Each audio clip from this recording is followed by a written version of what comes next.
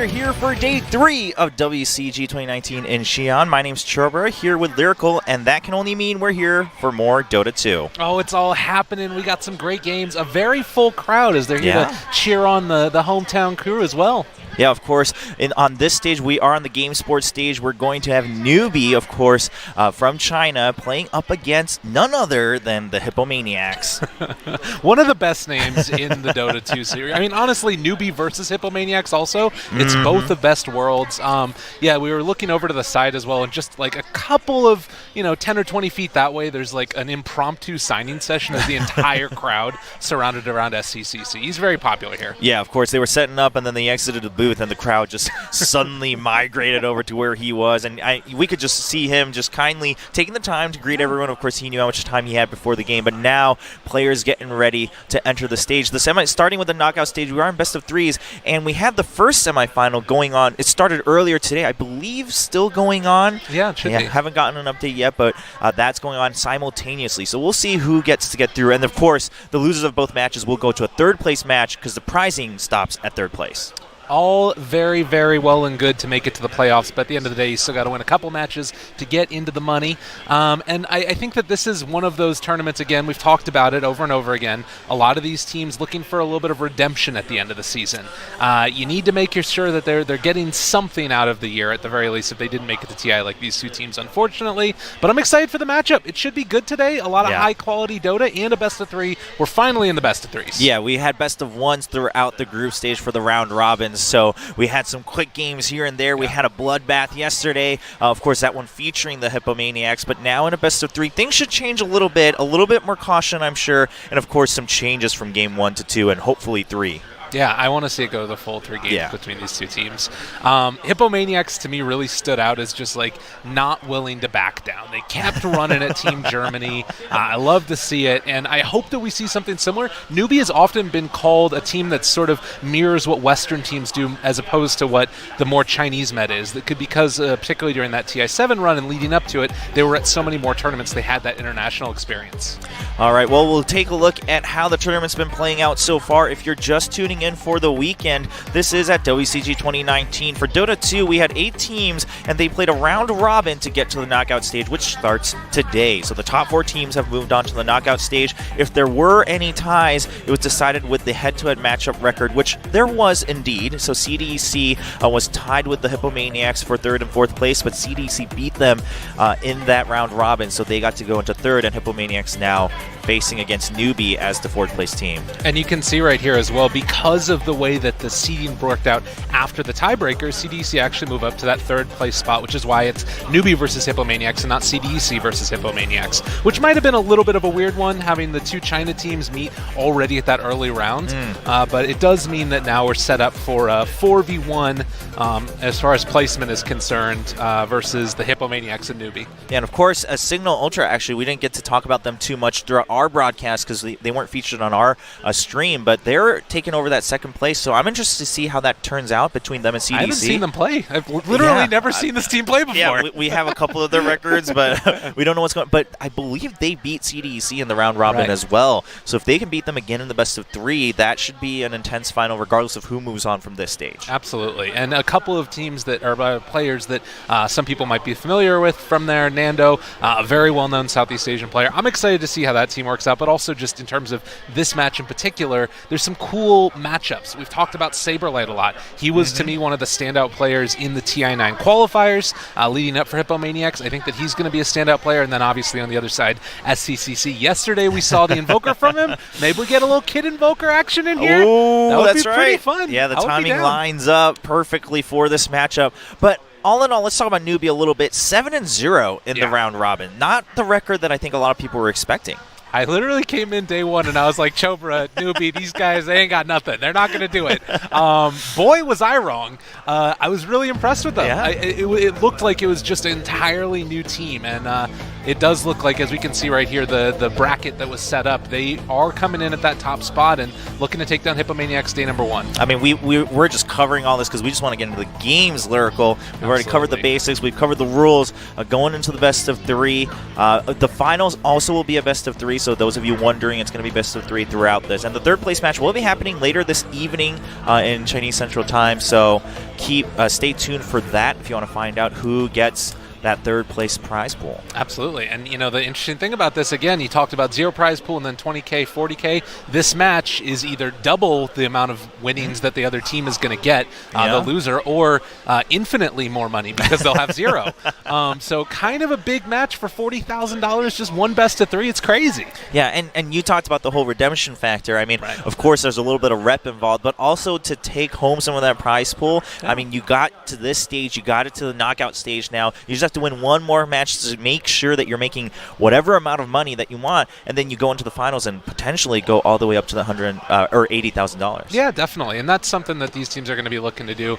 But I think also just that rep that you're talking about, the standout performance. Some of these teams might not stick together after the international, but they are still going to be trying to prove themselves and say, hey, I'm actually a player of value. I'm going to go out here in this match. I'm going to be picked up maybe by a bigger organization later on or something like that as well. Yeah, anytime you get to be on any stage, right? Or especially on a broadcast where you can kind of let your skills be shown, that should be awesome. But here we go. Players are going to enter the stage. This is the semifinals. There were only 8 teams, so we're already down to the top 4. And here we have Newbee walking in with their flash and a Chinese crowd. We got a full crowd there. They're cheering. They're ready to watch their home team.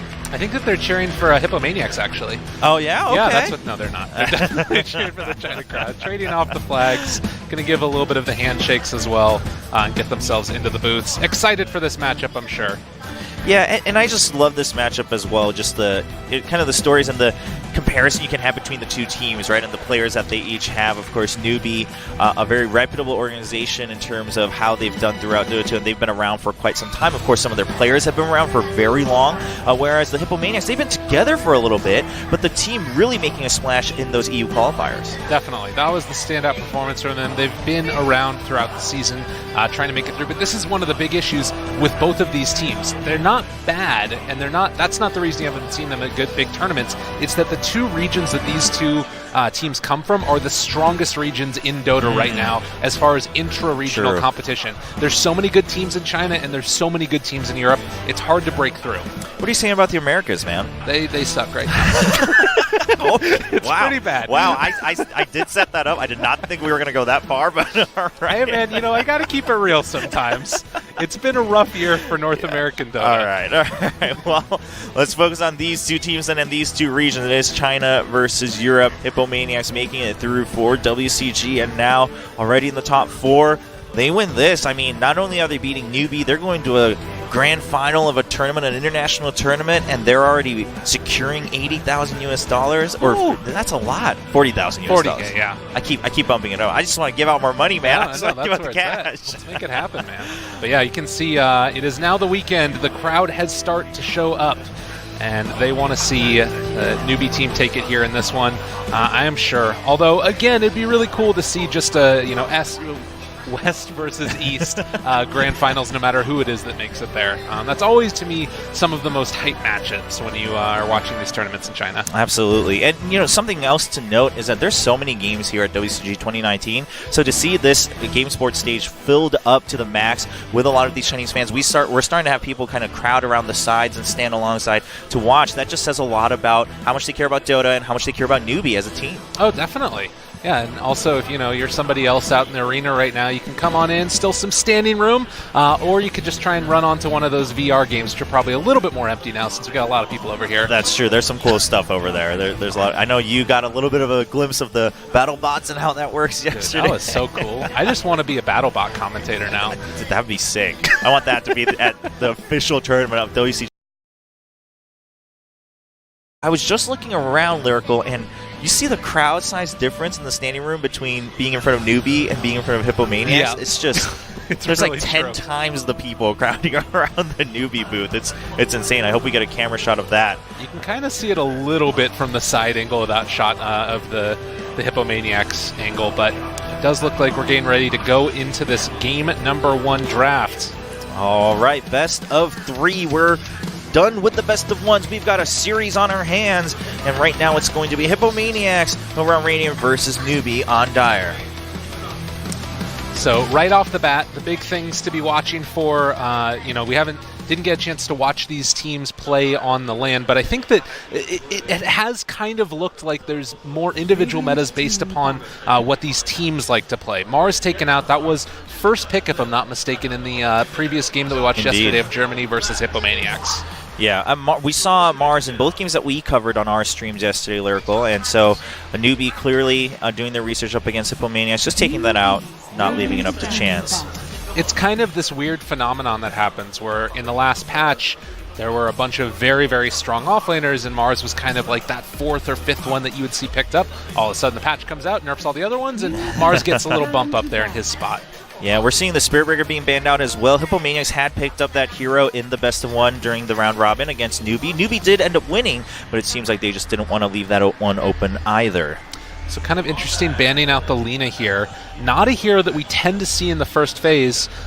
Sometimes this signals that they want to pick a Morphling for themselves, but Newbee have the first pick overall, so if they wanted to, they could sneak that one away as well.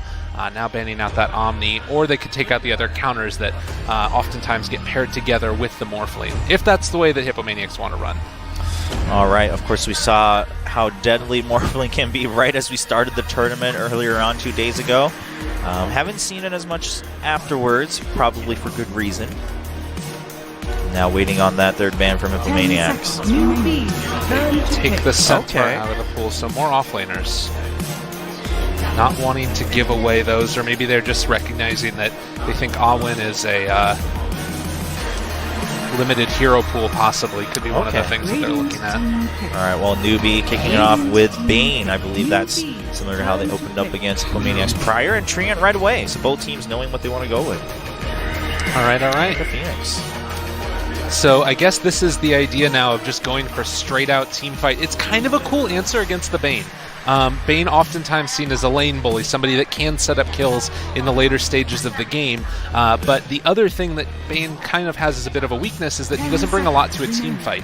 Maybe he nightmares one person, maybe he gets a Fiend's Grip off, but with Treant and Phoenix in the area, you just go for the overgrowth, afterwards a Supernova on top of it. Very hard to fight into that, and it keeps you stuck in place.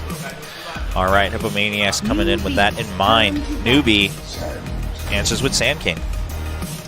This is such a traditional Newbee hero. I remember when it was around again, the sort of heyday of Newbee, they would just sit KP down in a bottom lane somewhere and hide in the trees for like 5 minutes at a time. You just literally wouldn't see him, and then all of a sudden he'd jump out, find a quick pick off, and then a Sunstrike kill afterwards. And this is already setting up to be a very strong Invoker game if Newbee wanted to run it in the later stages. Oh boy, in for a treat from game one. I think everyone would be happy with that. Void being banned out. Interesting. Newbee. I don't think that was as expected as many other heroes that could have been selected there. Yeah, it's more of the team fight that likely they're looking for on Hippomaniacs. It is kind of interesting because if they did want to go for an Invoker, that's been a very strong pairing in the past as well, but maybe they feel like they just have enough setup, or they just don't go for Invoker and we're talking about it and nothing happens with it too, which is the classic Dota play that comes out. On the other side, Darkseer being banned out. We've seen a lot of that as well. Had a couple good plays yesterday. Yeah, just another one of those heroes that builds up into the team fight items. Like you said, it was something that Newbee can run themselves if they want. More of the Kunkka, more of the team fight. Heroes that set up kills without many items coming online. So Newbee reading through Hippomaniacs start here. What other answers does Hippomaniacs have in their pocket? If I was looking at this draft, I would say let's try and go for straight up push around this lineup that we have, and we can beat them in team fight already most likely. So maybe take something here safe like a Jug in position 1, as we already see that Hippomaniacs have the last pick, so they're likely going to be taking their mid last to counterpick whatever SCCC is doing. Newbee, turn to pick. An Axe coming out. They are just all in on this fighting. I mean, Hippomaniacs, we saw how they played yesterday. They're all aggression, they don't stop, and a couple of the similar mindsets that they had against Newbee during the group stage as well, during the round robin. Yeah, and I'm now looking at this lineup, and like it looks as if they want to try and do something similar to what we saw. I don't remember which team it was, but just punish in the lanes very early on, right? Axe cuts behind the tower. He's one of the few heroes that can still do it, even regardless of a double stout shield nerf. But he could also just lane this out, and now Newbee, it's really hard for them to pick a melee core in the safe lane. Unless they try and do something awkward like Sand King top, and then all of a sudden you like are going for an aggro try with Bane, which isn't terrible. That might be the best answer in this one. All right. Getting some glimpses of the crowd, as we mentioned, quite full. I mean, there's a couple chairs left, but there's already just so much standing room that I think people are just being respectful, not climbing over everybody else trying to get one of the last chairs. True enough. As far as the next round of picks, so this is the answer to the Axe. It does push Sand King now to a position 3 role. But the idea here, burst him down while he's trying to bully your lane. All right. Now, there is also a world where this could be an SCCC Skywrath Mage, depending upon what the last couple picks are for Hippomaniacs. Okay. It would be a little bit funky, but these are definitely heroes that he can kill on this Skywrath if he gets into a quick route of Atos, or even just goes like, you know, the 4 null tally build, and then Bane sets up for kills, Sand King sets up for kills. It actually would be pretty good. All right, Newbee maybe preemptively going for that flexibility on their side. Still looking for kills that they can pick off, though. And meanwhile, Hippomaniacs already just completely poised to run in as 5. Yeah. Sky is definitely a hero that we've seen a little bit more of. Still not common. Oh my god. Oh. All right, this hero is terrible, but it's a good game for it. How are you just going to 4th pick a Huskar like that? It seems a little risky, just given all the risks that follow with it. Lifestealer, excuse me, being picked up by Newbee afterwards. I can't imagine that this is a world that we live in where Huskar 4th pick wins a game. Like, I honestly can't. There was a game that we watched in the TNN qualifiers, and it was literally the perfect Huskar pick. It was last pick Huskar. He was playing beautifully the entire game, and they still ended up losing the game just because this hero has been nerfed so many times and changed, and I want to see it do well.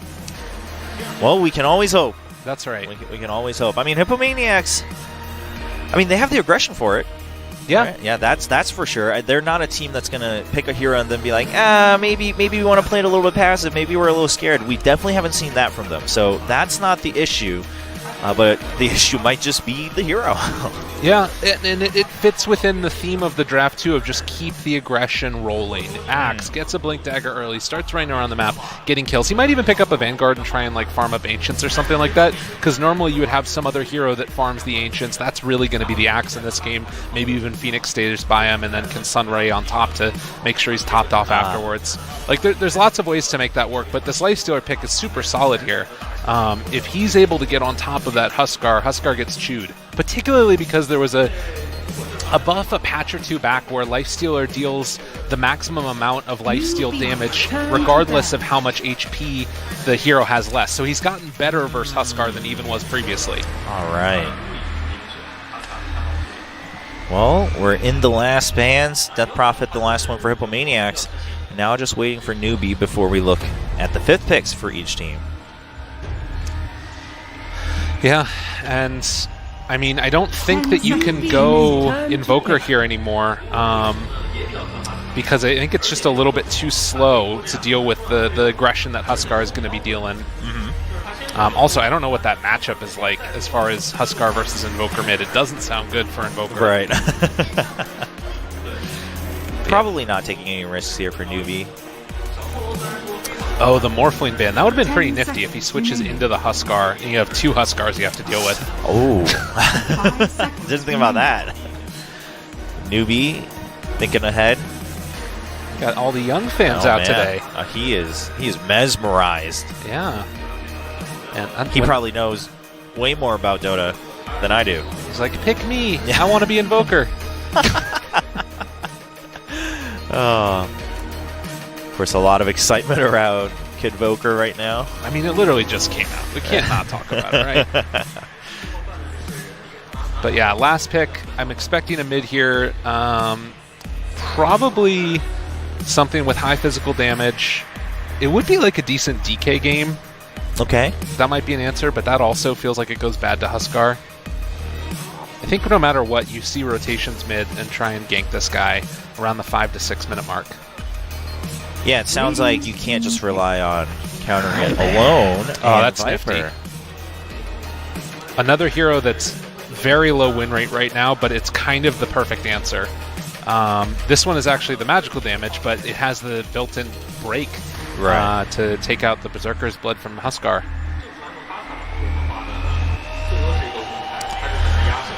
All right, then. We're seeing two heroes situationally picked here against each other, and Hippomaniacs now with the last pick. What's Hippomaniacs looking for? Round out their team. They're looking for a safe lane hero that is a late game insurance policy.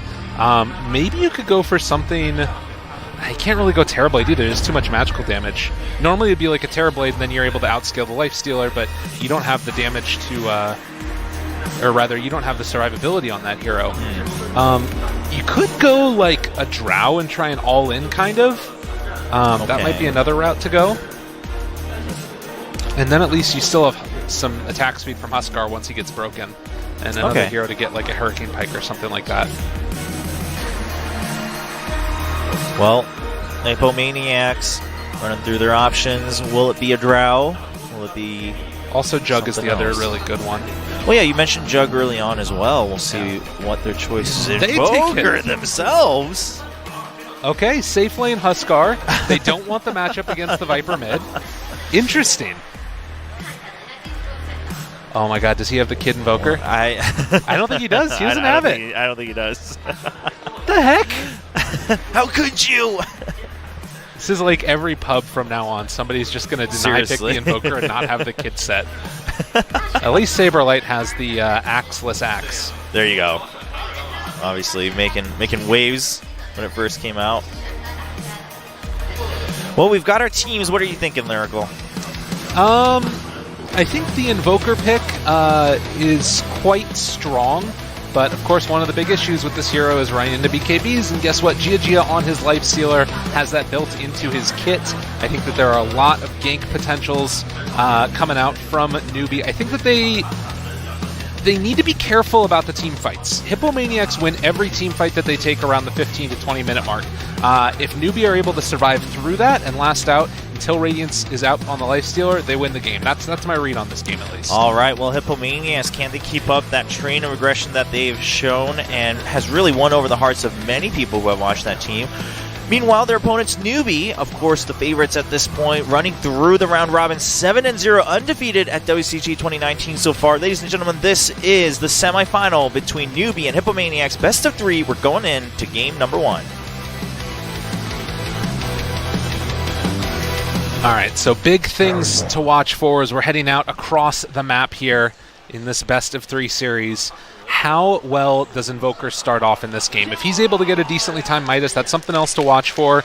And also, what is it that the build that the Lifesteal is actually going to go for? Is he going to go for that Radiance build? Or does he try and go for a little bit more early aggression to deal with the pressure that Hippomaniacs are going to place on him? Because there is going to be a long window of time where if he goes for the Radiance, he really doesn't do anything. All right, well, Newbee, patience versus answering a little bit early. We'll see. Of course, we heard the crowd already going at it, cheering for Newbee. Treant getting a little bit of sight and gets a quick little route onto Skywrath here. Shouldn't be too much trouble. Yeah, and they're actually trying to aggro into this. I expect to see Newbee make the rotation and send up to the top lane either the Bane or the Skywrath Mage, because I don't think that I don't think you can actually get that aggro in this lane, to be honest. Huskar's a little bit gankable level 1, so maybe he'll stay here through the first couple of waves, but then they should leave afterwards. All right. Well, Newbee's still all hanging out. Of course, they're aware that Treant's right nearby. Dangerous here to stick around too long. Yeah, they're really pushing the clock a little bit. Yeah, and they're going to get it. So the trade-off of the runes, Waxy picks it up. Yep, and it seems like on the top half of the map, we do see Saberlight picked up that bounty, so that's going to be 2-2 split at the end. Yeah, and they're already going to be sending that Bane up there towards the top. So they want to walk him just in case they have a matchup that looks really, really bad, and they can swap lanes at that point. But obviously there could be another rotation that comes afterwards. Save that TP just in case you need it to save somebody. All right. Now everyone taking their places. Meanwhile, Bane gets stopped by Axe. Can't make it all the way up there just yet. So this is going to be interesting. Axe looks like he's going to go for a creep cut, and Bane can go for the Nightmare play. So Phoenix has to come over and draw the aggro back over, or to switch off the Nightmare from him. All right, meanwhile, bottom, we've seen quite a bit of a tussle. Sand King is taken down pretty low with those burning spears, but is going to get out for now. Need to be careful about the Sunstrike that could come from Invoker. So yeah, Sad realizing that Bane's in the area, going to try and go for some denies here as well. And, well, Saberlight looks like he should be able to get most of those. Hippomaniacs getting kind of what they want early on so far. Skyrash just getting what harass he can while getting some of those last hits. Well, and likewise in the mid lane, Invoker already struggling mightily. Yeah. A lot of pressure there. 8-2 versus the 1-1. Ooh, that doesn't sound too good. We're barely kicking off this game, so seems like there will be a lot of help needed. Man, nice dodge there of the Spirits. Bane, I think, only got hit by one of them. Yep. Able to force him back. But yeah, a wave under tower here, and Invoker hopefully should have a little bit better of a time of it. Yeah, climbing back up. Get what you can. Still going to be a little bit behind, but take what you can for now. So a little bit more stability comes your way. Well, Sand King just going to put up that storm. And we did see up top there, like we talked about, the Nightmare coming from the Bane, but that means he doesn't have Brain Sap to try and harass out this Axe, and actually could be in a little bit of trouble here. Yep. Keeps getting burned down and eats all of those Spirits. Yeah, this time they were right on point, so Bane going to get brought down very, very low, has to back out. Like you said, I mean, Sunstrike's always there as well, so got to watch out for that one. Yep, and they do have the Skywrath Mage that's making the rotation with Lifestealer here as well. Axe caught in between the trees, 3v1. Axe doesn't have an exit out. They've blocked him out, and it should just be a matter of time before the first kill goes over to Newbee. You hear the crowds cheering. Yeah, and a very nice pickup there. It is going to cost the Lifestealer a couple of creeps underneath the tier 1 tower in the top lane. Some of those were hitting onto his tower, and that's the danger, but if you get the kill, it's absolutely worth it. Sand King now left alone, does get caught out. There's the Burrow Strike trying to get the stun, trying to turn it around with the Sandstorm. Does put down a lot of damage onto Huskar, and that buys him time to go back in. That was crazy. He was able to find the Sentry Ward in the trees and take it out with the Quelling Blade before they got his taken out as well. So really heads-up play there by the Sand King. Now a little bit of a reset. Topside Skywrath Mage just hanging out after making that rotation top. God, this is so much damage. Sunstrike? Maybe? It's still too high. All right. Sand King safe for now. Oh, he didn't have it invoked. He brought up the Forge Spirit. So might have gone for that had he had an invoke available. It's all the same to me. A little bit of unfortunate timing, but all in all, Sand King does get sent all the way back. And that's a big win down there as well for the Huskar. I mean, a lot of this game is going to come down to how well this Huskar is able to come online and if he doesn't lose his snowball as time goes on. But the other things to watch for, obviously, the other timings. Phoenix already picking up boots now. Can be that much more of a nuisance in this harass up in the top side while Axe just goes to the jungle. All right, Treant Protector roaming in a little bit. Checking out what's going on, maybe a little bit of vision. He wants to make sure that the Viper isn't stacking up that jungle too much or getting it stacked on the other side. And if it does, at least then they'll know about it. Because this is the big change with Viper. He now has become a farming hero with Nether Toxin. Just drop it down there on top of some wards and he can keep him going. Take out stacks easy. Phoenix has been left alone a little bit. Was harassing earlier from behind the tower, but of course can't keep up. A little bit too risky right now, especially with Axe quite far behind. So yeah, you're kind of seeing a little bit of this strange duality of trade-off on the sides, although a lot of damage there on the tree. He should be able to walk away from that. But Axe jungling in the triangle while Viper tries to farm out the top side of his own jungle. They're going to catch Bane out. There's Nightmare going down onto Axe. Trades it off. Lifestealer showing up. And meanwhile, on the bottom side, we're seeing a big fight. Burst Strike hits both people on Hippomaniacs. That's one down. Huskar running away. Should be okay for now. Yeah, and the trade-off there of the bounty runes 2 apiece, as often happens in these little engagements here. You just sort of see a quick little skirmish for the bounty runes, and then back to farming up afterwards. But Newbee already up 2-0, still not a hugely significant lead like we've seen in some of these games at this point. Sort of emblematic of the fact that this is a much closer matchup than the other ones. Of course. Like you said, Viper just continuously farming nonstop. Hasn't had to take a break one bit, but Huskar also staying at the top.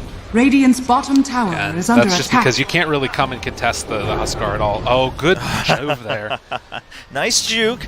Just waiting behind the cliff a little bit and then diving out of there. Yeah, Bane wanted to go for the Nightmare play, but couldn't quite get it in time, and that means that Axe can come and secure his creep wave. So very well played. Double! Yeah, I mean, both teams just playing a lot more cautiously, it feels like, a lot more patiently, knowing exactly what their conditions are. Bane going to spot the Axe. What can he do to help? There we go. There's a Nightmare going down. He's going to take out some of those creeps.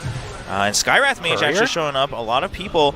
The Courier just running right into everybody else. Gets ignored for now. The Courier just runs away. Meanwhile, Axe does teleport out. So, okay.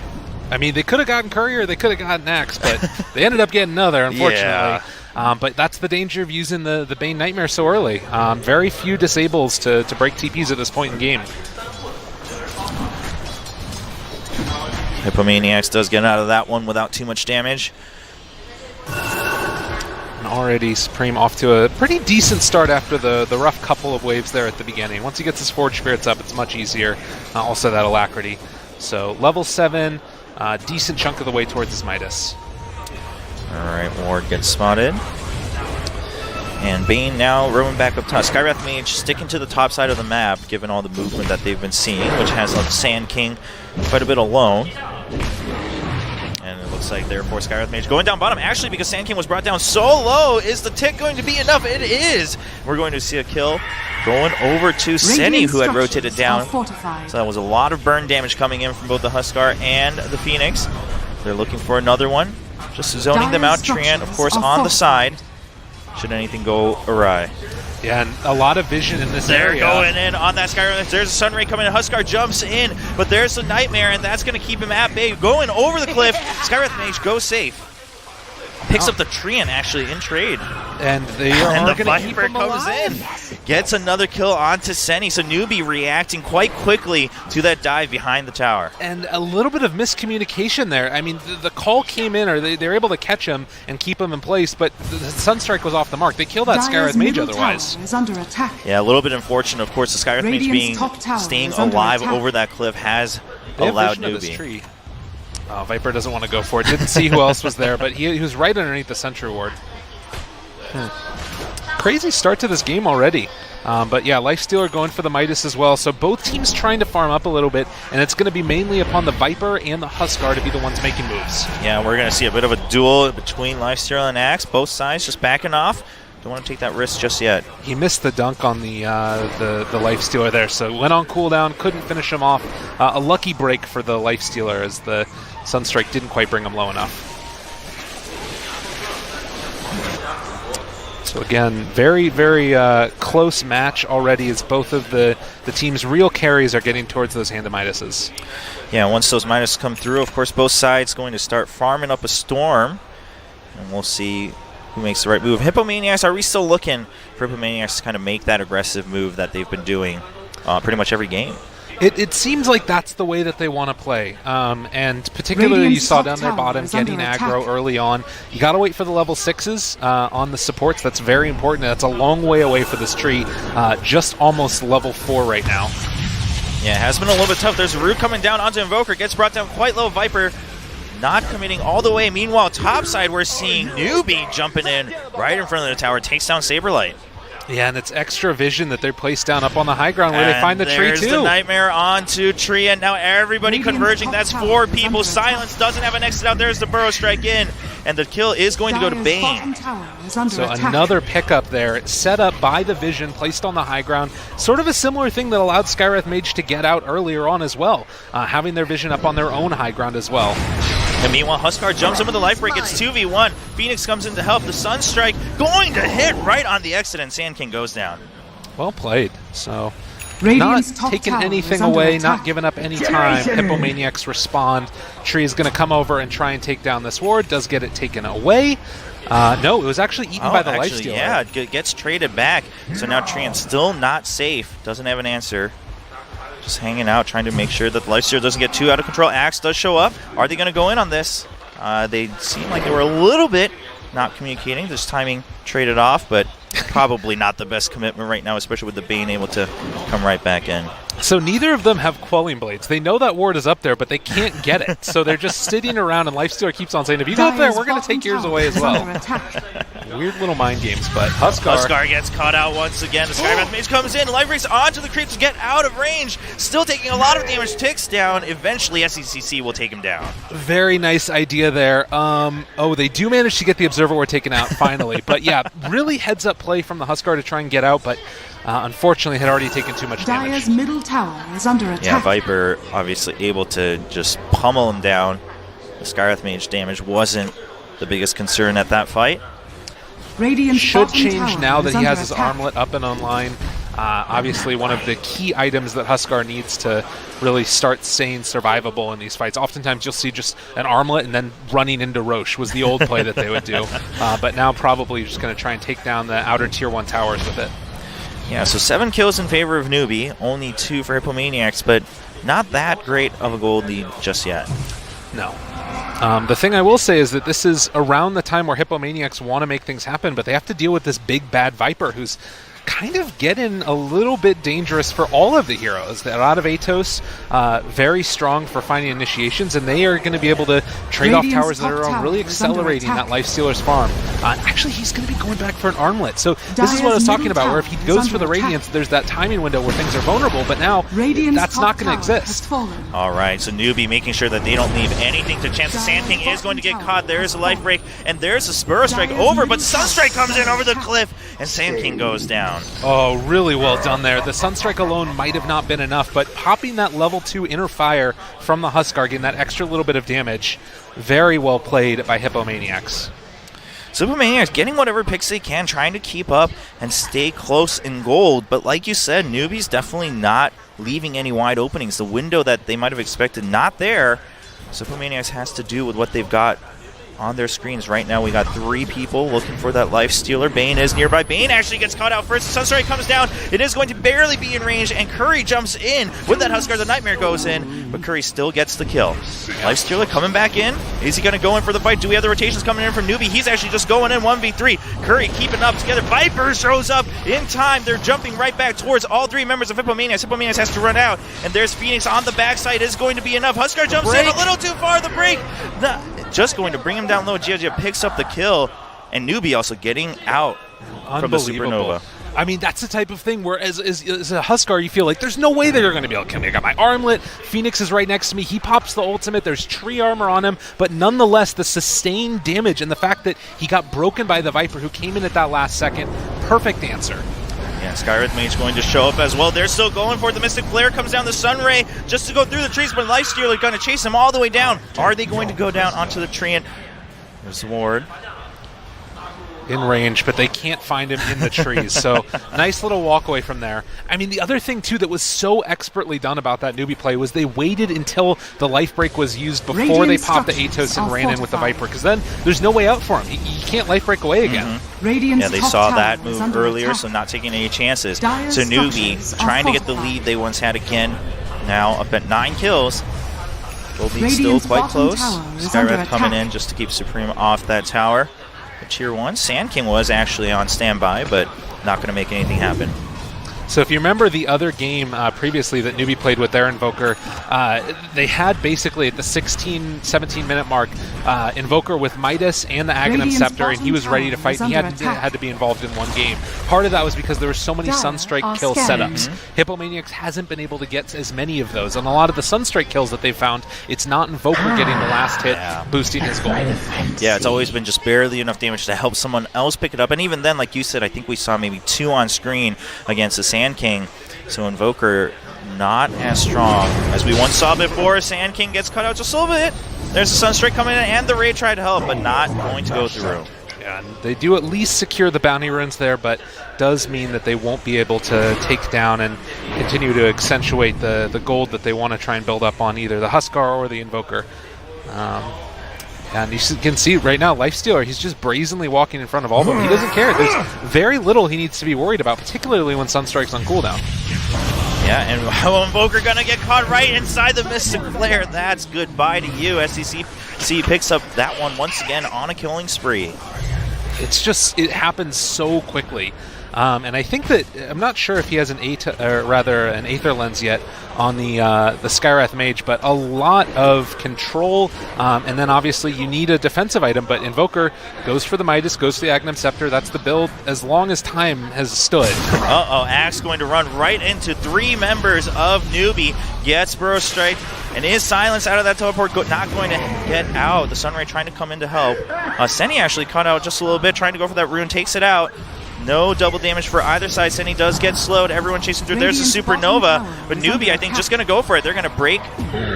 And there we go. The egg's gone. Radiant structures are that fortified. one really hurts more so than the others because Radiant's using the big bottom ultimate, tower is that's the way under that attack. Hippomaniacs want to get back into this game, is taking the fights with their big team fight ultimates. And just losing it right there, unfortunate, means they're going to have to stay off map for a little Radiant's while. bottom tower This could is be under one of attack. the items that helps to turn things around, would be the Huskar BKB. But you can kind of feel the energy of the game really tilting into Newbee's favor, and now they're trying to kick them while they're down. Yeah, I mean, we talked about Hippomaniacs needing that aggression right around this time in game, and it's actually Newbee just stomping all over him. Treant gets caught out once again. There's a Mystic Flare, and it's just too much damage. I mean, they're getting the pickoffs. We talked about the differences in the compositions, and Newbee running it right by the book. Well, and Radiant's part of the bottom reason is tower because is under Huskar is not attack. that survivable hero anymore, right? Like, normally this would have been the timing when Huskar runs around the map with his armlet, starts taking tower after tower after tower, and we saw down bottom, it just doesn't Dire's happen. top He's tower not is able under to survive, particularly when you've just got the built-in break coming from the Viper. The Viper pick was Radiant's so middle excellent in tower this is game under for attack. setting Newbee for success. Yeah, we saw that as a direct response to the Huskar really working out for Newbee and FCCC himself. Of course, currently at a good score with that Viper Radiant's sitting on middle top tower of that has net fallen. worth. So 17 minutes, 4,000 gold lead. There still is going to be a nice timing coming from Hippomaniacs when that Agnum Scepter is there. They start trying to fight together, but if you get picked off right now on this Invoker... Supreme gonna Oh, walk right no. into the trap. The Viper catches him, and then there's the Fiend's Grip. Bane just keeping him in place, and Viper Wolf, actually, Fenrir going to pick off that last tick. Meanwhile, Axe gets caught out as well. The Oh Mystic my Flare coming God. in. It's going to be enough damage with the Sandstorm picking up the last tick. From bad to worse to terrible. Oh This my is completely goodness. falling apart for Hippomaniacs. Newbee is all over them right now. And it's just solid moves, right? So many of these different combinations of hero from Newbee can kill off any individual character from Hippomaniacs if they're not together. Yeah, and they're still not together. Quite risky. Chance gotten caught out quite a bit as well with a lot of those Sentry Wards coming in from Newbee. They are making sure that Trian doesn't get the jump on him. Well, 4-15, and if that didn't say it all, the 6,000 gold lead might be just doing that. And again, you still haven't even seen these heroes fully come online. Like the armlet, it makes up that little interim, but now Lifestealer is able to go back for the Radiance afterwards. All right, well, and we haven't even had to see the Lifestealer quite a bit in the past couple No. fights. It's just been easy pickoffs with the rest of his team. Meanwhile, Lifestealer able to just hang out wherever he wants. Like you said, not really scared of much. Isn't going to take too many chances here. Has seen a couple of the enemy heroes, but again, just taunted He doesn't care. at the top of those stairs. He took their triangle jungle. And he's taking their Spirit's Curry. If he does not get away from here, he will die. Yeah, Does have the BKB, Radiant's though. That's bottom actually a tower game is under changer. attack. That's something that they really needed. So now Newbee's game changes ever so slightly, where they either need to burst him in the duration of a disable, or you've got to bait out the BKB and then fight afterwards. Dire's All right, structures Newbee, are are they prepared to fortified. do that? And meanwhile, also Hippomaniacs, Radiant can they play structures around are it as well? I mean, fortified. they have to rediscover some of that Radiant's aggression. It bottom looks like they tower is are. under They've gotten attack. the smoke. They're running through. This is the fight they want. This is the fight they have to win.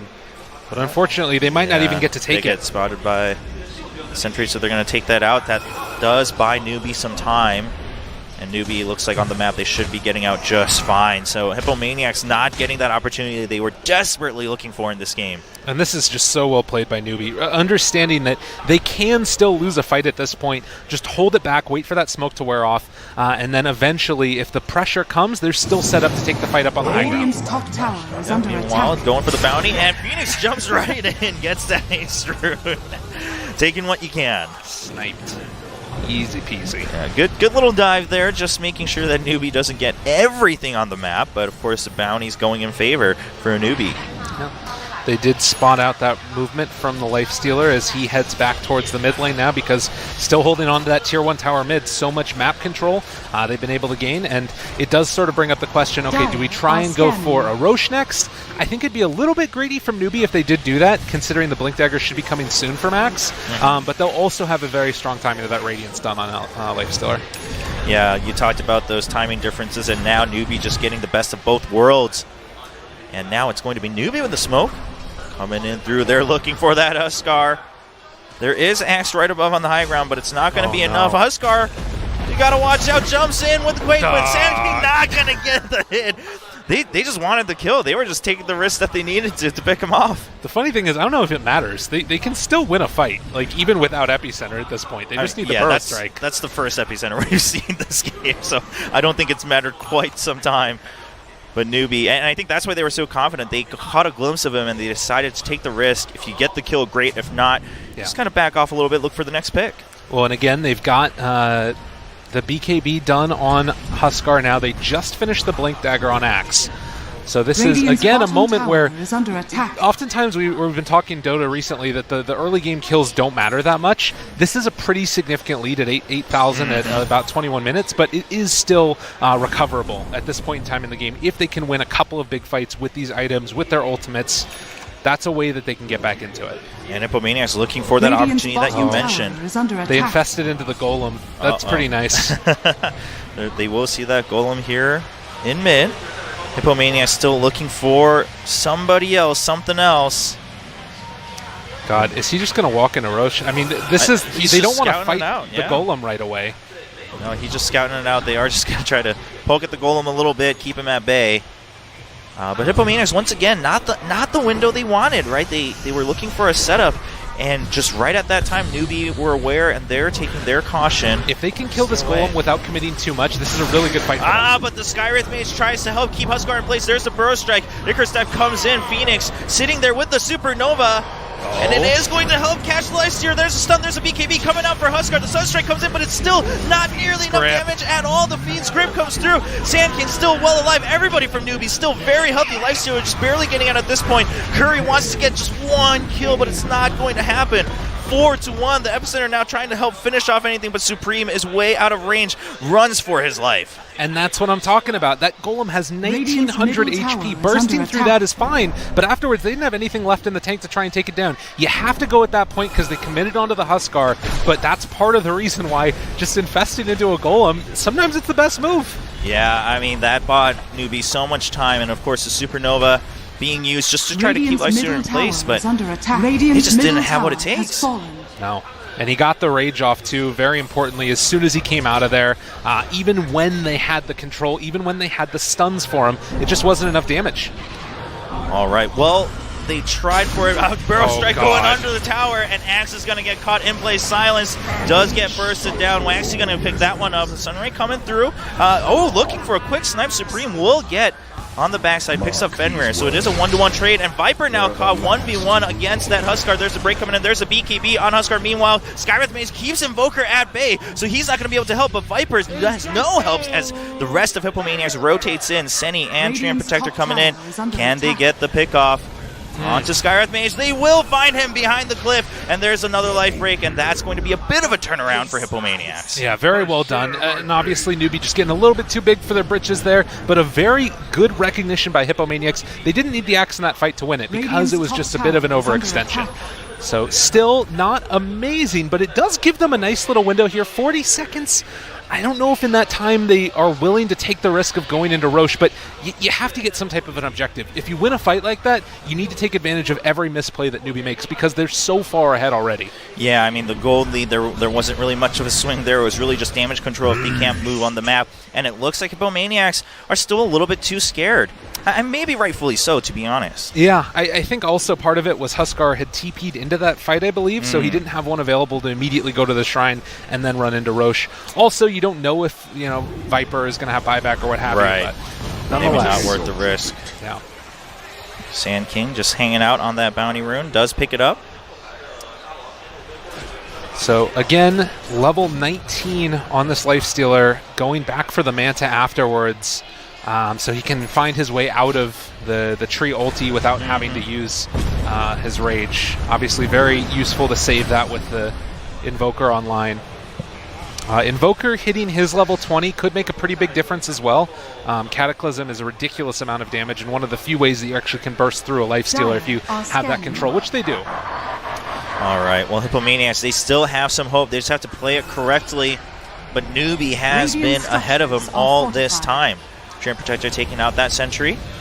Newbee knows something's up, so they're just going to back off. They overextended once. They're not going to do it again. Yeah, and I mean, you have to take out the sentry there because you're worried that, there's going to have vision on you, but it does reveal it, and then they can't take that fight. Yeah, meanwhile, actually going to get the catch onto Huskar. There's the Sunray coming in from Phoenix, and at the Icarus dive, the Supernova right behind the cliff. They're going to ditch this fight. Newbee has to get out, but does get rooted. We're going to see Hippomaniacs turn this right back around as Senny comes out of the Supernova. Will pick up one kill. Viper now in play, but Huskar jumps right on top of it. There's no one nearby there, and the Burrow Strike comes in time. Is it going to be enough? Huskar goes down. Viper still alive. Viper turning back around. He's not scared of anything. Maybe he should be of the Invoker. Supreme hadn't left the fight just yet. It's still 3v2. Axe trying to go in for another fight, but it's going to be Supreme going down way too early. And there's a Fiend's Grip. It hadn't been used. And that's going to be a complete wipe against Hippomaniacs. Newbee with 3 people still alive. Oh, very well played. They saw that the majority of damage coming in was all from that Invoker. So just get him out of the fight. They were able to zone him out with the Viper. And at the end of the day, it didn't matter that he went down because he went down to all of the focus coming from the Huskar. There was nothing else left in the tank afterwards. So very well played by Newbee, and now they're just thinking about going high ground. Or they could go back for Roche. Honestly, at this point, it still feels like they can do almost anything that they want. And honestly, Newbee at this stage, it's really hard for them to lose a fight. Even that one, which looked a little bit sketchy, not having the break onto the Huskar, it didn't matter. Yeah, I mean, it looked like early on it was going to be Hippomaniacs' fight. It was kind of everything you had talked about of spreading them apart, getting the picks you needed, and getting the control. But at the end of the day, the damage wasn't quite there, like you said, with the Invoker being a little too far off. Well, and it's all of these little things, right? Like Guardian Greaves being done on the Viper now. They have a bunch of big team fight items. The Halberd is going to be really helpful. The Phoenix went for that one first as a kind of an interesting item build, but it does solve some of the issues, at least from the Viper. Like the poison attack, it's a lot of damage when you're at low HP against the Huskar. Invisibility! All right, well, the Invis rune being picked up by Huskar, and the rest of the team smoking as well, but does get spotted. So Newbee knows they're going somewhere. They just have to keep an eye out. They are going to go right into Roche. The rest of the team standing outside looking for any picks. I mean, this could be a huge fight. If you win this one right now for Hippomaniacs and take Roche. Newbee knows exactly what's going on, though. I don't think it's going to get killed in time. Lifestealer. And there's the Tornado. Curry going to finish off that Roche. Does pick up the Aegis, and now are they going to turn right around for a fight? There's a Supernova just to keep everyone at bay. They got to get out. Like right now, Hippomaniacs need to run. They can't take this fight right now. They are going to run.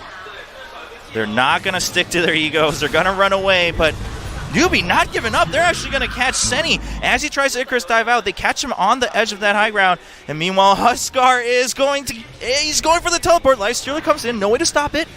So the Aegis is saved for the time being. Yeah, that was a big win. That's exactly what they need to do, but they need to be able to win the next fight afterwards. Sneaking the Roche, maybe a little bit too conservative of Newbee, but they obviously do respect the team fight presence that you've got on the side of Hippomaniacs, not just walking into that one. Yeah, Newbee didn't want to take any chances there, of course. I think they knew exactly what the setup was going to be from Hippomaniacs, so sending that illusion in first as a bit of a test. That did buy Hippomaniacs the time, and now Hippomaniacs is trying to regroup. What can they do with this Aegis? So the Radiant's big top thing tower here is is going to be under to try attack. and bait Curry in the front line. And if they can do that, get them to burst a lot of the damage onto him, he comes back afterwards, you win the fight. The danger is if Hippomaniacs commit to the fight before Curry goes down, and then he comes back alone, basically, to fight against all of Newbee. I don't know if they have the damage right now. They need a big combo from Invoker, probably the biggest thing of all. And my goodness, Skywrath Mage almost has a sheep stick. He is so ridiculously farmed. Yeah, Skywrath Mage has been crucial just right from the beginning of the game. Really good rotations that we saw, and putting on a lot of damage as well. Good catches with his teammates. I mean, in a way, I almost feel like it would be better to be going for a Eul's Scepter. If Axe gets a big call, you run into the issue. Like, the Hex scales better into the late game, but right now the thing they need to worry about is just winning the fight and then taking them afterwards. The Hex allows you for pickoff potential, but if it's a team fight and Axe gets a call on everybody, the Hex doesn't matter. He's still going to get his spin damage out. All right, well, Newbee, Dire's top tower they're committing has to their fallen. build, so we'll see how it works out. We do see Sand King Illusion Radiant's just scouting it out. He will bottom see tower that is under axe. attack. Nice, jumps right onto him. But that should give them just enough info about what's going on. Meanwhile, it's just going to be a bit of trade pressure here. Newbee focusing down this tier 2 on the bottom side. And very annoying trying to trade towers against the tree. Curry should be able to actually take a lot of the damage onto the tier 2 before they're able to pressure that much on the other side. Yeah, Skywrath showing up just to keep the enemy at bay, because Newbee, they are trying to pressure both the mid and the bottom side, and now the teleports are coming in, Sand King coming in, but the tier 2, is it going to go down? It does barely go down, but Huskar got brought down so low and the Aegis gets popped. Hippomaniacs not in place to react to it. They're going to trade the Aegis for a tower. The fight's not over yet. Skywrath Mage does get the hit onto Curry. Lifestealer shows up. He gets the slowdown, and there's the Icarus Dive. There's the Supernova. It's going to chase Newbee away. There's the Overgrowth coming in from Tree and Protector as well. Waxy gets bursted down by Supreme. He's out of the fight. Phoenix does get caught out a little bit, so it's going to be a trade. The Sacrificial Lambs on both sides going down. Oh, good Sand King Yule's there to interrupt the Axe gain the call. He's going to think he's going to the left, but Axe was right. So they do escape. A trade-off there of Phoenix for the Skywrath. Decent, but as you said, the big issue is going to be that Aegis being used for ostensibly nothing. Yeah, I mean, they were essentially done with that tower. They just committed a little too long and going for that gold, but it cost them the Aegis. So now everything seems to be a little bit back to square one. Newbee still with a 13k gold lead at 32 minutes. Yeah. Well, it's going to be sort of the continued encapsulation of this base now, as they've got him stuck inside, and very hard for Hippomaniacs to make a move out. If they try and go for a smoke, it's kind of going to be noticed immediately once nobody is hitting the creeps, and they can just farm out on the side of Newbee the entire jungle and pick up bounty runes afterwards, continue to build up this lead. The thing that you need to do if you're Hippomaniacs now is, again, try and make a move out at some point once your lanes are in a better position, and see if you can catch Newbee as they're a little bit spread and find those pick-off plays. This is a decent one, but again, like Lifestealer, it's just so hard to catch. Yeah, it almost just feels like it's now completely Newbee's game to lose. Everything you've mentioned, Newbee is able to keep control of that pressure. Hippomaniacs doesn't really have a window, and Newbee just going to keep up farming. They have the entire map to themselves right now. And they might even be looking for a little bit of movement from Hippo if they just want to try to go for a finishing move here. Yeah, I mean, that's one route that you can definitely go, is make that type of aggressive play when somebody comes to clear out a creep wave. Do have level 20 on the Invoker now, so Cataclysm is available as a nice way to find that burst if you can catch 2 or 3 in a call. And this is the play, if they can make it happen. Hippomaniacs looking for another catch. They're waltzing right in with that smoke. War goes in. Yeah, Viper sees it. Viper knows something's up. Sand King actually jumps in first, gets the Burrow Strike. Meanwhile, we do get the Hex onto the Phoenix. He doesn't get the Supernova off. And Skywrath Mage is going to get cut out. The Sunstrike comes in. It's going to be a kill on each side. Axe has gone down as well. Alright, the turn-off. Phoenix comes through on the side of the high ground. There's a Sunray keeping Huskar alive. Huskar, BKB pops now, jumping right onto the Lifesteer. And there's a life break. He pushes him back, but there are the illusions coming up for Lifesteer. Curry alone on the other side of the map. Senny needs to come and help. There's the Sunray. Is it going to be enough? No! There's the meteor coming in. Doesn't get the hit on anybody yet. And Senny not going to let this Lifesteer get away with that kill. They get the pick off. Meanwhile, Viper shows up once again. Supreme going down so low, and Senny now all alone. Doesn't have anyone to help him as Treant just hiding within the trees to stay alive. God, and it was a really nice play again from Hippomaniacs in all the ways that it could be, but it's just not enough. Newbee have pulled themselves too far ahead. Even though their life stealer goes down, you got to deal with the big bad Viper. This guy's level 24 now, going to start to take down the tier 3 tower, and as soon as that happens, all semblance of map control is going to be gone for Hippomaniacs. Yeah, we saw that buyback as well from Senny, not really resulting in much, just a second death. Invoker going to buyback. Oh, the Blinken not going to get the catch. It does save the tier 3, but quite a bit committed to that with the buybacks. I thought that they were going to try and go for a right-click first from the tree to keep them in place, but they didn't quite go for it, and again, you get caught out of position, not this time by Newbee. They're able to make the escape. Did it even keep the tier 3 tower alive? It did at least do that. Yeah. It got brought down a little bit below half, but they still have it standing tall for now. But, I mean, this game is slowly just running completely out of control. The Newbee train shows no signs of stopping now at 19k gold lead. And we can look at the Lifesteer and the Viper just way ahead of the pack. 5 and 6k ahead of the next, which is going to be Huskar on the side of Hippomaniacs. And he goes for an Aghanim Scepter next. So this is a kind of an interesting answer. It brings the cooldown down to 6 seconds. It does a ridiculously amount of more damage. I think up to 65%, if I'm not mistaken, of your total life percentage. But that's also more damage dealt against Huskar. But the bigger thing is just bringing that cooldown down so he can escape.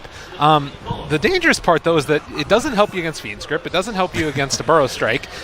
If they manage to get the Nether Toxin silences from the Viper, which he's going to have pretty shortly, then that also doesn't really help you that much. So, in a way, it's kind of cool, but it also, I don't know. I think, he has level 25 now, too, on the Viper. And that Ags is significantly nicer, bringing down the ulti Viper Strike down to just 12 seconds. I mean, what do you think the idea is here for Huskar? Is it just full-on commitment on all-in into they just need to get the kills before Newbee does? It's a big burst of damage, and the big thing that he's hoping for is that if he gets Atos, he doesn't just immediately die. He doesn't have to pop BKB for Atos. So that's the idea. You can also keep a little bit better chase, is one of the other big things. All right. Sand King was looking for a catch. They did see, it looks like the tree right at the edge, but they're not going to pick him off just yet. Sunstrike, of course, was checking the Roche pit. Nothing to be seen there. So 19,000 net worth lead for Newbee, and like we talked about happened, right? You control the map, you take over the bounty runes. I guess the other thing that's kind of nice about it for Curry is that it's like kind of okay stats too. It's a nice way to sort of stay alive in that regard. Yeah, it sounds like, I mean, standalone, right? It has its reasons, but currently up against what Newbee's got in store for him, it's really going to come down to a bit of timing, and Newbee's been ahead of the curve on that one. Yeah, and the biggest thing is going to be this Nether Toxin silences for the Viper. That is such a devastating talent that really just, I mean, against the Invoker, it's amazing. You basically have to pop BKB every time they use this ability, and it's on, like, you know, a sub 10-second cooldown for the Viper. All right. Things have slowed down just a little bit, but that can mean a lot of danger as we see Axe actually blinking right back, and we're going to see a good catch onto the Bane, who ventured a little too far out to try to get some vision. Beginning of the ruination. Here it starts. starts. Hippomaniacs now feeling pretty confident. I mean, it's 60 seconds where they can maybe make something happen. I don't know if that emboldens them enough to go for a Roche, but Roche back up very shortly. That could be the play for them.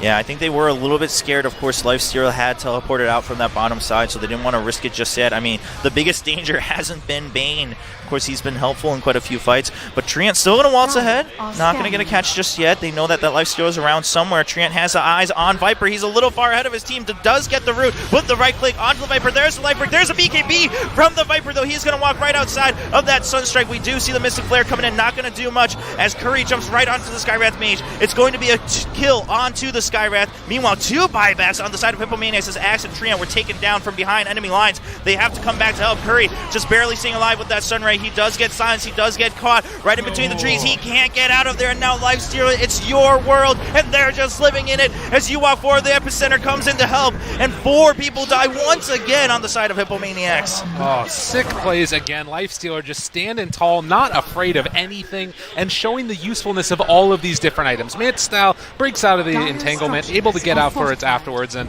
now can just run up to the high ground. And like we talked about, I mean, that Nether Toxin Silence is destroyed. It's so hard to deal with, and now they're going to have to buy back and mount a last defense. Yeah, another buyback, this time on a Huskar, but I mean, what can you really do? It's just Huskar and Phoenix standing up against all these people that have killed them countless times once again. Sandstorm just to keep them at bay. And that's going to leave Lifestealer and Viper so much time, and they don't even need that much time. The racks go down on the bottom side. They're moving right towards the mid-tier 3.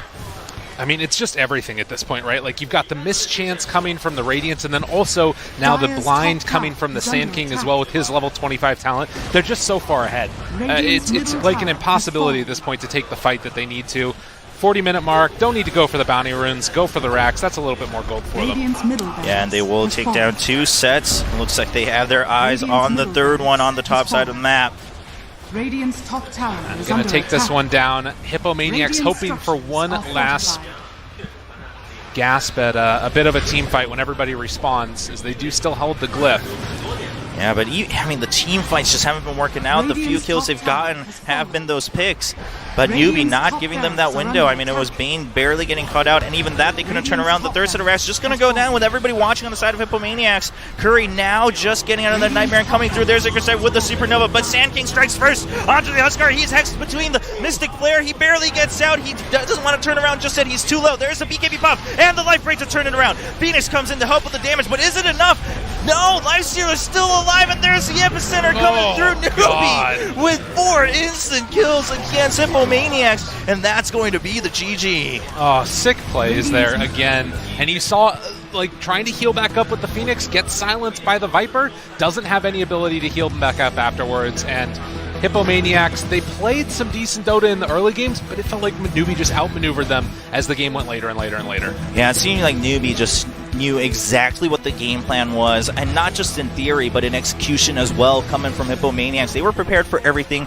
We saw a couple mistakes, right? A couple slip-ups, a little overextension there, one person venturing off too far on the other side, but, I mean, that was already so late in the game that it didn't really matter against Newbee. No, it's totally true, and I think that it again harkens back to one of the problems that you get with this hero, Huskar in particular. Previously, this would have been a game where he can just take over and end it. There's no way to really deal with him, but now, no longer having magic resist, instead having that regeneration, it's not really the same type of situation, and also it just got broke. I mean, Viper's a good hero against him. That's all it comes down to, I think, at the end of the day. I think really it once again harkens back to that draft, right? We saw the idea between the Huskar, but then the Viper was a really good answer. You called it. We saw it in-game, SCCC just kind of rampaging through the map from very, very early on. And the rest of Newbee, too. The communication seemed to be a lot more on point for them as well. Right. But we are in a best of 3, so currently 1-0 in favor for Newbee, but the match isn't over just yet. No, it's true. And I think that it's the type of situation where you can see all the little ideas that Hippomaniacs had, right?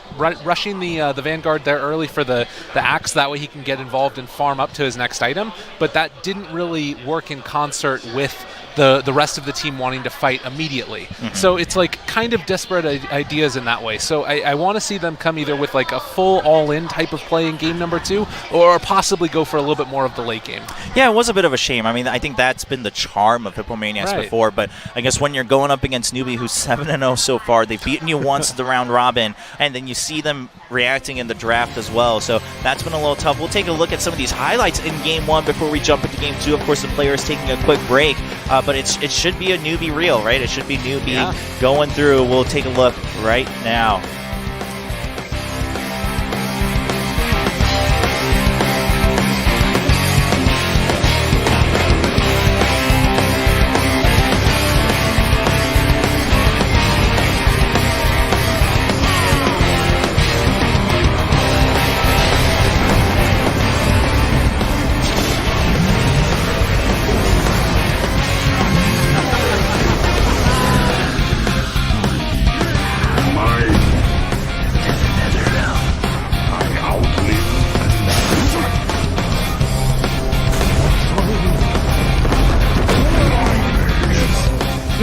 bottom tower is under attack.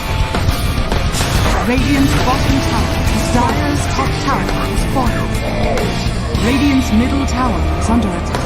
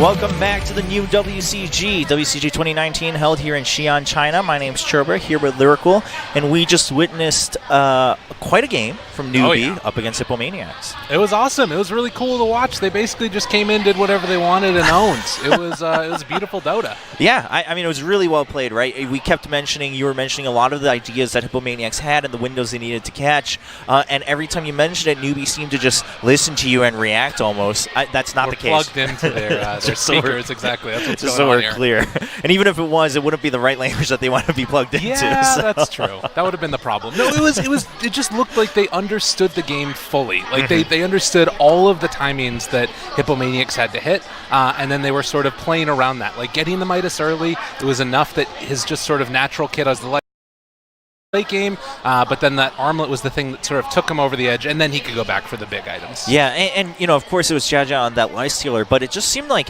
everybody was so on point. I mean, in fact, Jaja really just had to kind of wait until he had his items and then just come in and right-click everyone. And he had a couple cool moves here and there, but more or less it was just right-clicking everyone. And everyone else seemed to really rotate quite well. I mean, we saw a lot of early rotations from Newbee reacting to Hippomaniac's movement, and of course, a lot of vision placed as well. Absolutely. Some of that early vision that we talked about in the game was up on the high ground by the Tier 1 tower on Dire side, which was their own tower. But they knew that pressure was going to be coming. Naturally, Huskar, as this hero, wants to go in, wants to take down the towers early, build up a gold lead, and then snowball from there. And there was another really key moment that happened in that fight a little bit later on in the exact same area where they're trying to commit for the tower. They get the tower, but then afterwards, Huskar's a little bit out of position. He thinks he can fight the Lifestealer straight up, and it just doesn't happen. They kill him. Yeah.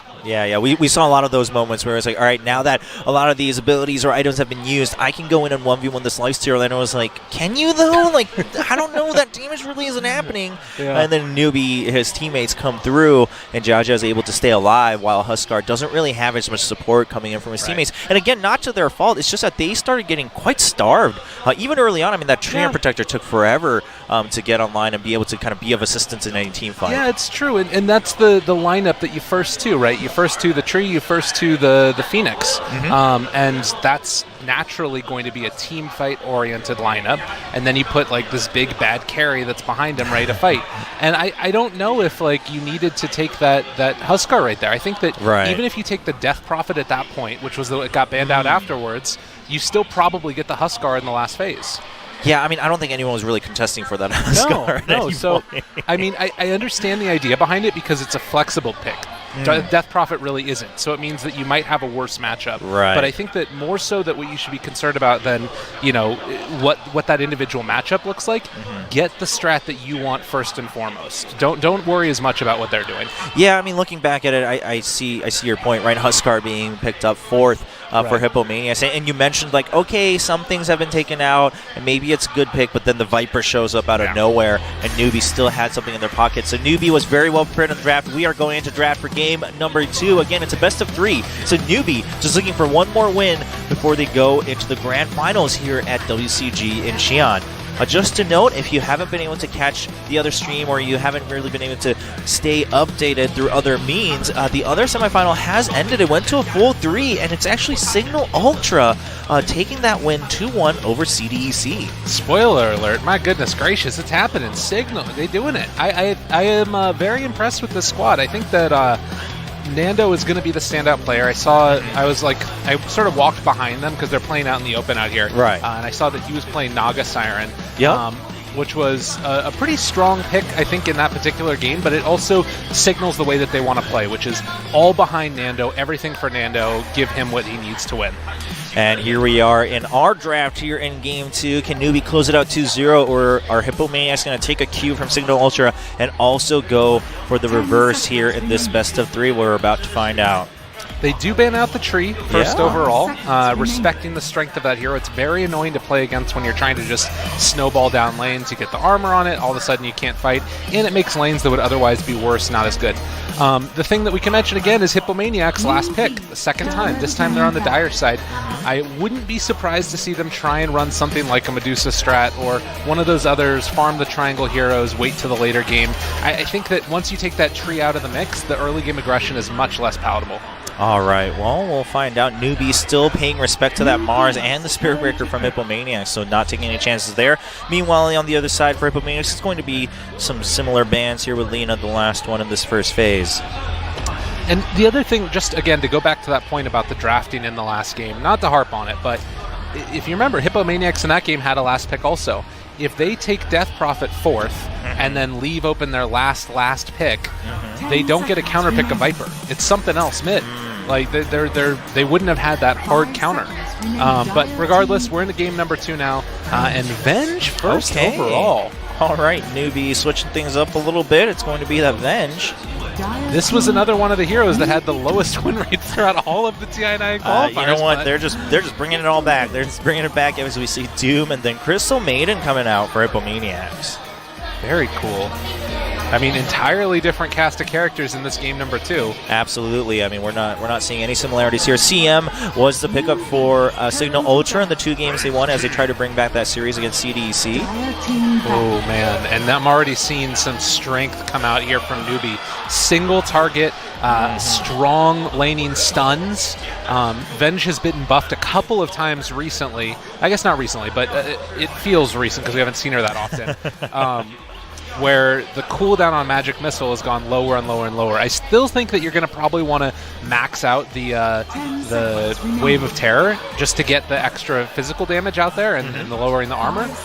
But if you get 2 stuns and then a third one coming from Wraith King, Doom will die in this lane, and it's really good against him. Spawning the skeletons, sicking them on the Doom with the Minart's armor, it's a strong lane. All right, and then the Naga being banned out by Newbee in this series against Hippomaniacs as we go into the second phase.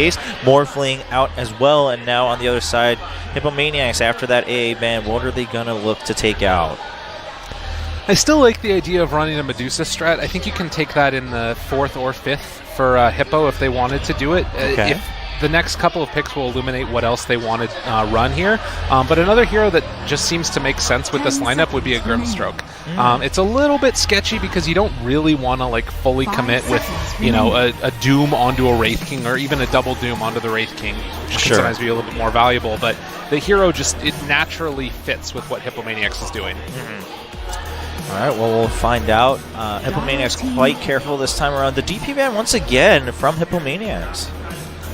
Take themselves. Yeah, this would just be more of the rundown lane type of build that Newbee would want to do. Do need to be a little bit careful. Could go for something like a Enigma maybe on Newbee if they wanted to really sort of keep the pressure on. And then they could pick a greedier off lane for themselves. They could even run the Wraith King in a sort of solo off lane with Enigma jungling off in his own little triangle. But it doesn't have to be something like that. That's just one of the strats that we saw often recently as well, was like all of the individual summons and then paired together with minus armor like we got from Venge. Gotcha. Well, we're going to see the next pickup from Hippomaniacs. It's Winter Wyvern. Very cool.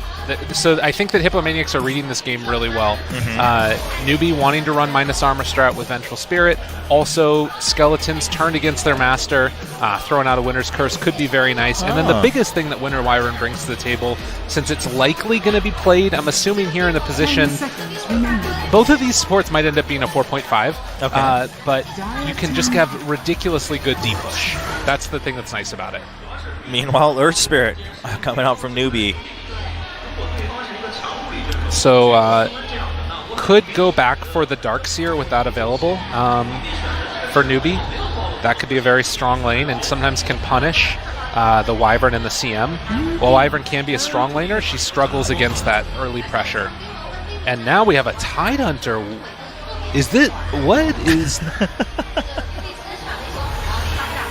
This is a weird draft from Hippomaniacs. This is very bizarre, because now you're in a situation where two of these 4 heroes are cores. Right. I'm assuming it's going to be like a tied mid. Okay. That's what we've been seeing more often. Oh my god, this is a really good Timber pick, though. Timbersaw as the response against Hippomaniacs.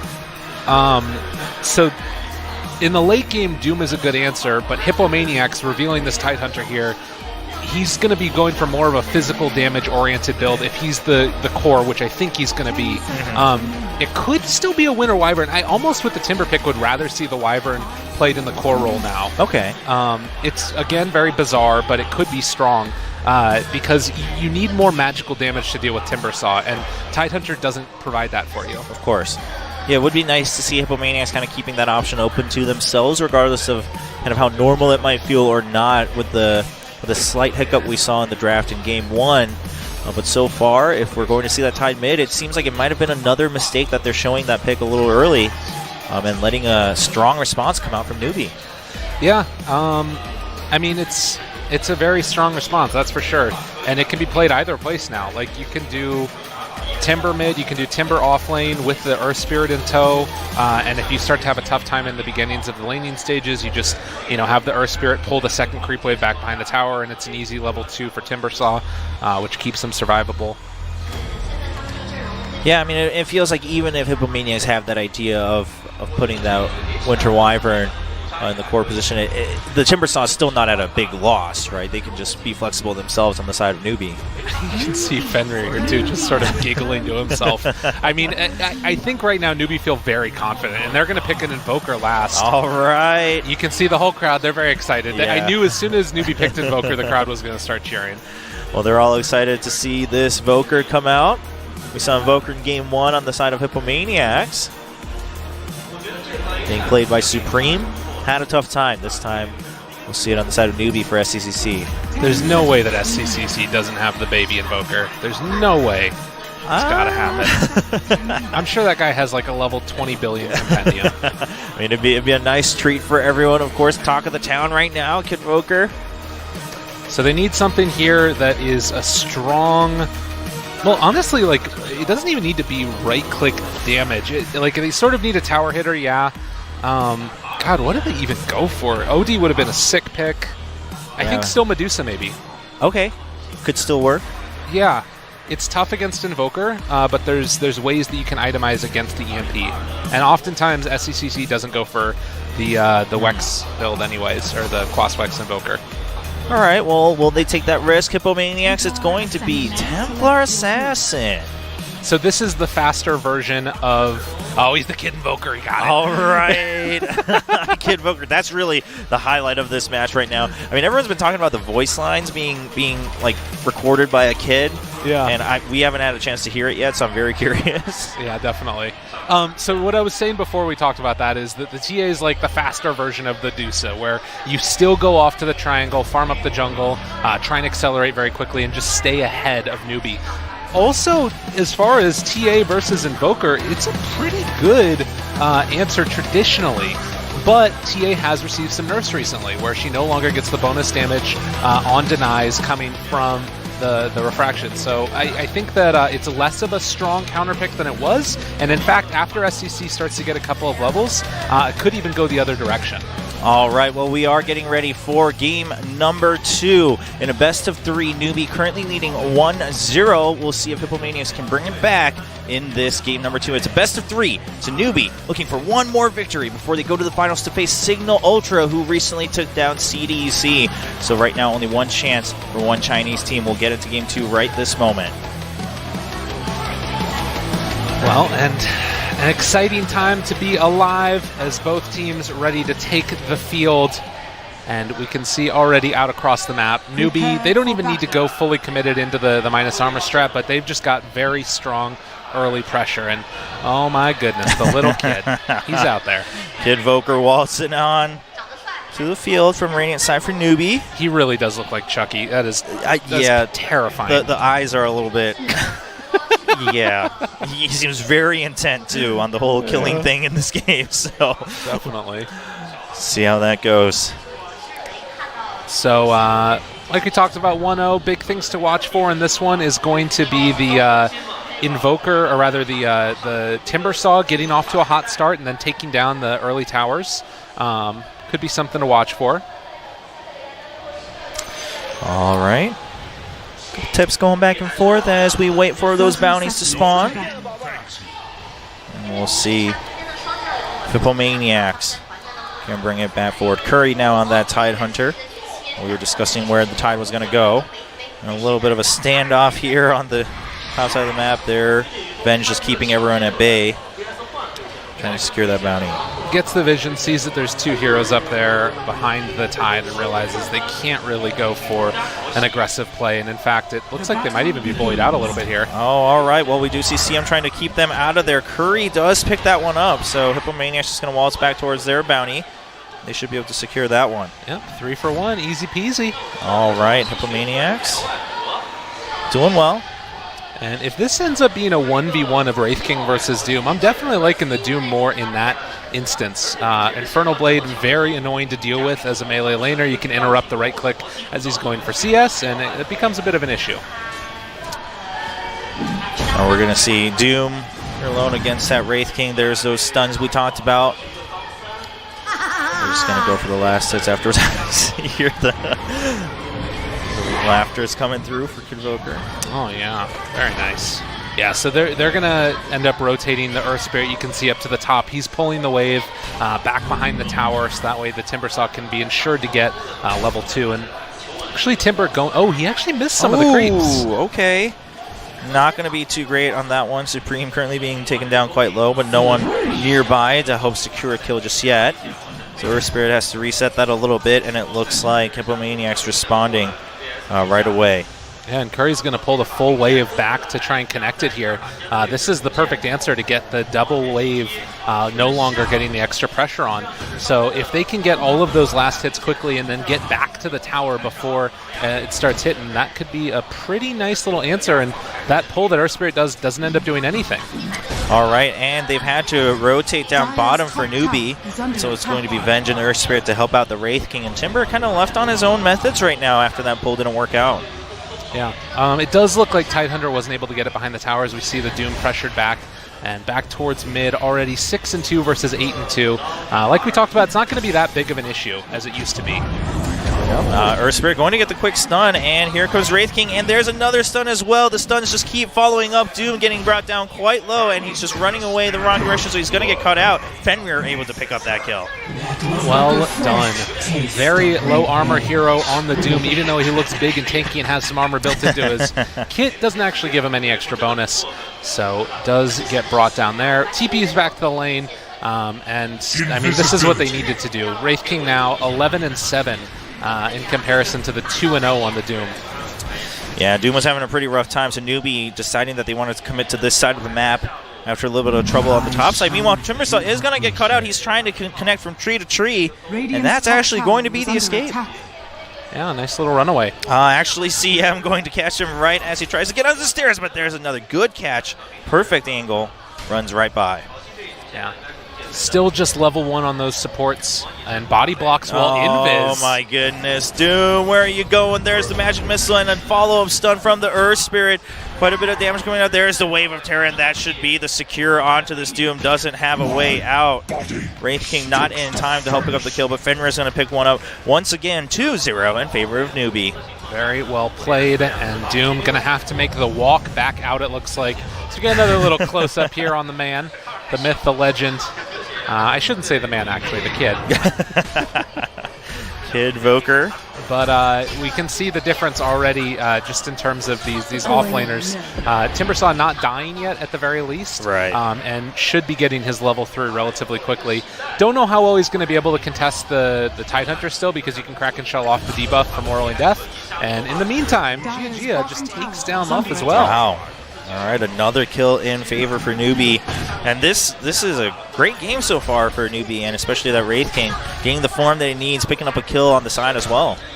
I'm really curious what Curry's item build is going to go for. Oh, Earth Spirit actually catches Templar Assassin nearby Supreme. Doesn't have an exit. The mini stuns keep coming in, but there's assistance coming in from Senny with the teleport in. Good rotate. Supreme safe for now. Yeah, good Fairy Fire usage. Also that rotation, just going to be able to burn through some of the regen with the Courier already coming out and having nothing on it. Still vulnerable. Yeah, quite vulnerable, pretty low, and there's the Magic Missile and the Wave of Terror. Can they burst through? There are the mini stuns coming out. Once again, the Illusions helping pick up the kill, and Waxy's not done yet. Senny's quite weak right now. A CM all alone. There is the blast, but we're going to see Waxy continuing to chase. Meanwhile, Curry has to be careful, but got brought down quite low against that Timbersaw. Yeah, back and forth we go. This is the danger of going up against the Timbersaw as the Timbersaw against the Tidehunter. You're definitely vulnerable to getting killed. They're thinking about diving this TA again as soon as she came back. Earth Spirit sending his illusion around the other side, and that's just going to put pressure on the TA to play safe, even though there's not a chance for a gank, actually. And we're actually going to see a bit of a switch up here as Doom comes up to the top side, but gets taken down quite low already. I mean, it's the same issue, right? Like, strength heroes against Timber just don't have a good time. All right, and we're actually going to see Waxy come in for another gank. Already at half health, Doom doesn't have an exit. Earth Spirit just walking up. There's the Rolling Boulder to secure that stun. A lot of bursts coming in, but not enough. As we see the teleport gets canceled. Winter Wyvern not committing all the way through. Yeah, could have been an opportunity there to go for the kill with the Sunstrike, but might have just been off cooldown. He was definitely low enough to get the kill. Oh, and a big turnaround from Hippomaniacs as they pick up one kill. Can they get the second on Wraith King? He gets this blast. The stun's going to be just enough, no one close enough to get a couple extra hits in. Yeah, really well done there by the Wraith King to get away, but showing the danger of that Winter Wyvern, who after the TA goes down, she's able to pick up a couple levels in the mid lane there, and then makes the rotation down bottom to make a gank happen. Like, it's a lot of damage coming from that Wyvern if you get those levels online, and if she has a good game, she'll slow down the push significantly coming from Newbee. All right, meanwhile, we have Saberlight actually trying to return the favor onto the Timbersaw, but what he doesn't know is Waxy's standing right behind the trees, and there's a stun, there's a Rolling Boulder down, the Boulder Smash as well. It's just enough as Timbersaw goes in to collect the kill. Waxy gets out alive as well. Well done, well done. Doing everything they need. And in the meantime, Curry is just going to try and catch back up and farm here in the jungle. They still need to be a little bit wary about a rotation that comes, but this is the time when Timbersaw can really shine. Catapult coming in, and they want to take that one out and then take down the Tier 1 tower. All right, well, anyone on that Timbersaw has no intentions of leaving. Venge on the top half of the map as well. Actually gets caught out, though. Supreme has his eyes on him, and there's the trap. Sod gets caught out, and Templar Assassin actually going to get the mini stuns on him from the Kid Volker, and there's the Frost. And going slow, does pick up the kill, but there's the Boulder coming in from Waxy. He's been all over the map. It should be enough damage as Supreme goes down. Very well done. CM coming in just a second too late to find the Nova kill, and they won't be able to make it happen. Timbersaw needs to be wary over the next couple of minutes. If they're able to get level 6 onto Doom, they can find the kill that way. A lot of damage. Doom still level 5, and there's the follow-through from Timbersaw. Winter Wyvern actually comes in a little too late. Wraith King just walking in as he has the reincarnation up, and they're going through the trees. The trees don't mean anything against Timbersaw. There's the reincarnation. Winter Wyvern only level 3. There's so much damage. There's the Wraith Fire Blast. Can't get out of this one. Timbersaw picks up yet another, and are we going to see Supreme teleport in? Trying trying to go for a kill, doesn't get the slow onto the Wraith King, but here's CM to help. They get separated, so Newbee now running away on their own. They're trying to get the Wraith Fire Blast. Misses it the first time, gets the second. Is it going to be enough, though? Senny trying to follow up. Gets the slow. Templar Assassin is committed. Should be able to pick up this kill, no problem. Big rotation coming from the TA. Exactly what you want to see. And that's the thing. Wyvern going down right there doesn't matter if you're able to pop the ultimate first from the Wraith King, and then he dies twice. Like, this is a ridiculously long cooldown. If I'm Hippomaniacs right now, wait to see where the Wraith King TP's next, and then rotate in the Wyvern again to try and find that kill with whatever core happens to be in that lane. All right, well, Hippomaniacs, they got to keep their eyes peeled then as they look for Wraith King just spawned back in. And it looks like he's going to teleport straight to the bottom side, but Venge actually going the lead, and there's the Magic Missile followed up by the Wraith Fire Blast. They're not making sure that there's no answer from the side of Hippomaniacs. The Rolling Boulder actually misses Earth Spirit all the way out so far, but Curry still gets taken down quite quickly. I thought if he Ravaged right there, they could maybe find that kill. That was a lot of damage with another Anchor Smash, but not willing to make that commitment while top lane, some extra aggro. Yeah. Timbersaw putting down a lot of damage. Supreme doesn't want to duel just yet, does come in with the cooldowns back again, and Senny's here, and so is Doom, and they're just going to burst down the Timber. So the Rolling Boulder a little too late, all alone right now. There's the Sunstrike, doesn't catch Supreme. Earthspirit gets taken down as well. Super duper aggro game early on as they go for the Wyvern now again. Oh my goodness, Winter Wyvern having no fun in this game. They're actually just going to let him go? Okay. That was definitely a little bit of miscommunication. I think also a little, once the miscomm happened, a little scared of that teleport. Ooh, dodges the Anchor Smash. Invoker crawling away. Yep. Making sure he gets away from that one. Real close to going down, but that was Ravage used as well. So not getting that kill really hurts Hippomaniacs. Because, in all of these fights, right, Newbee hasn't been rotating a bunch of heroes because there's that threat of the Ravage. Now that they're no longer there, they're going to go on this Wraith King, though. This is the bigger move. Yeah, Wraith King has to run away. The Doom's on him, and he gets stunned. There's a lot of follow-up damage as we do see Saberlight just walking all the way through the tower. It's going to be Muff with that last hit. Meanwhile, we do see Earthspirit just running away. Boulder smashes TA out of range. So Hippomaniacs actually now taking a slight lead in gold, does catch up and beyond. Meanwhile, Supreme catching Timbersaw. He's taken down so low, and there should be another follow-up. The trap, it's going, no! There we go, we do get a slight pop, a little too late though. Supreme still chasing through as we see another jump onto the Venge. The Venge going to go down, Timbersaw still on the run. But when you've got so many trees by you, he should be good to go. Yeah, unfortunate there, didn't quite find that angle, but this is also sort of a little bit on notice here for the Timbersaw. If you go into the TA without any stacks of reactive armor, she will eat you alive, particularly considering she's going for the early deso. Yeah, she's going to start to take over this game. Already top net worth by about 1,000 gold or so ahead of the Invoker, the next highest on Newbee. Yeah, Hippomaniacs really started to turn things around with a couple of those turnaround kills and then aggression on their own. And this is the Hippomaniacs that we wanted to see, that we've seen in the past. They've been aggressors. They've had control of the game. And even if there were kill trades, they made sure that they had the slight advantage. Well, and we talked about it earlier, the failed Ravage kill on the Invoker. The thing we didn't talk about was that extra timing, it's more time where SCCC can't just sit and farm alone doing nothing. Like, he has to head back to base. He has to regen afterwards. This is a hero that can take over the game if it goes late enough, but could be a bit of an issue for him as well if he doesn't get that farm online and still trying to build towards that Midas. It's a ways away. Yeah, meanwhile, we are going to see Jia caught all alone. 4 people coming for him. He does have the reincarnation up, but it's not going to matter. Going to get taken down twice, and it's just going to be wasted. No one in range to help. No one able to teleport in. They're just going to have to sacrifice him. Can he get back to the tower in time? No. So many slows coming in from both the CM and Tidehunter. Sick plays. They give the tip afterwards. That's 2 rounds now where the Wraith King has died twice immediately after getting that ultimate. And it's such a ridiculously long cooldown that he just can't fight with it right now. Yeah, Supreme actually gets caught out. There's a swap from Venge and the Magic Missile to boot, and the Meteor right on top. Supreme gets taken down. Absolutely 100-0. The kill going to SCCC as well. The Ravage comes in afterwards. The Curry not done yet. Timbersaw, where are you going? He's actually just going to waltz out. No damage follow-up coming for Hippomaniacs. The Doom taking a little bit longer to teleport in. Yeah, they came a little bit late with that one, and the Ravage did not hit in time. The thing I'm starting to get a little bit concerned about now if I'm Hippomaniacs is you're using a couple of these long cooldown spells. You just lost the TA, and these heroes are still going for Midases on Newbee.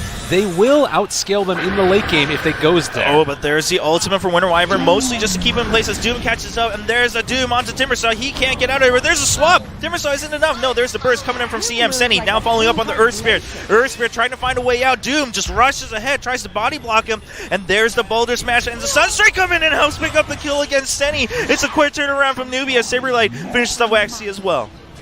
They take down another couple of kills. They need to keep this pressure on right now. And dropping down that vision afterwards with the trap, the Winter Wyvern ultimate now online.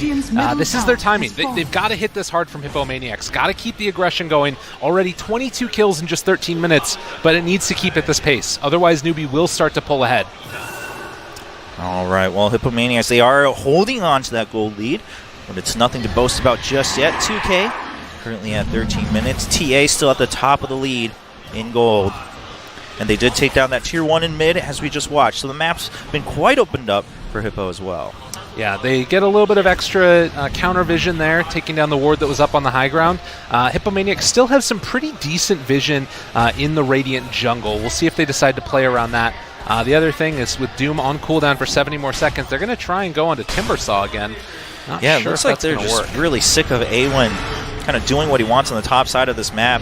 They are going to show all of themselves, but here comes the Earth Spirit to help. There's a nice Boulder Smash across, and Venge coming in as well, but the Sun onto the CM. The CM doesn't really have good positioning anywhere, and Sandy's going to get caught out. Wraith King teleports in time. The stun's been used for now, but Venge gets another swap onto Doom. Doom caught behind. There's the Meteor landing down, and they get another catch. Doom goes down. Meanwhile, Winter Wyvern uses his ultimate to go.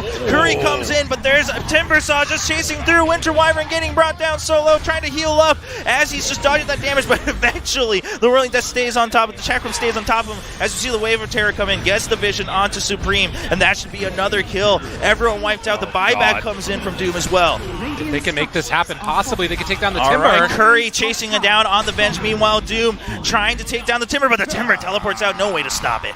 20 seconds less on that Doom. Also did not have another round of the Infernal Blade, and you can see the swing back that happens from Newbee. Oh boy. I mean, it wasn't that significant of a lead going into it. It's still dangerous. This is the one downside, right? Like, you need to play aggressive on Hippomaniacs, but they also have to fight with their cooldowns. The Doom is now back up. This is probably a time when Hippomaniacs can go again, but again, it's a little bit slowed down because they don't have the Winter Wyvern ulti.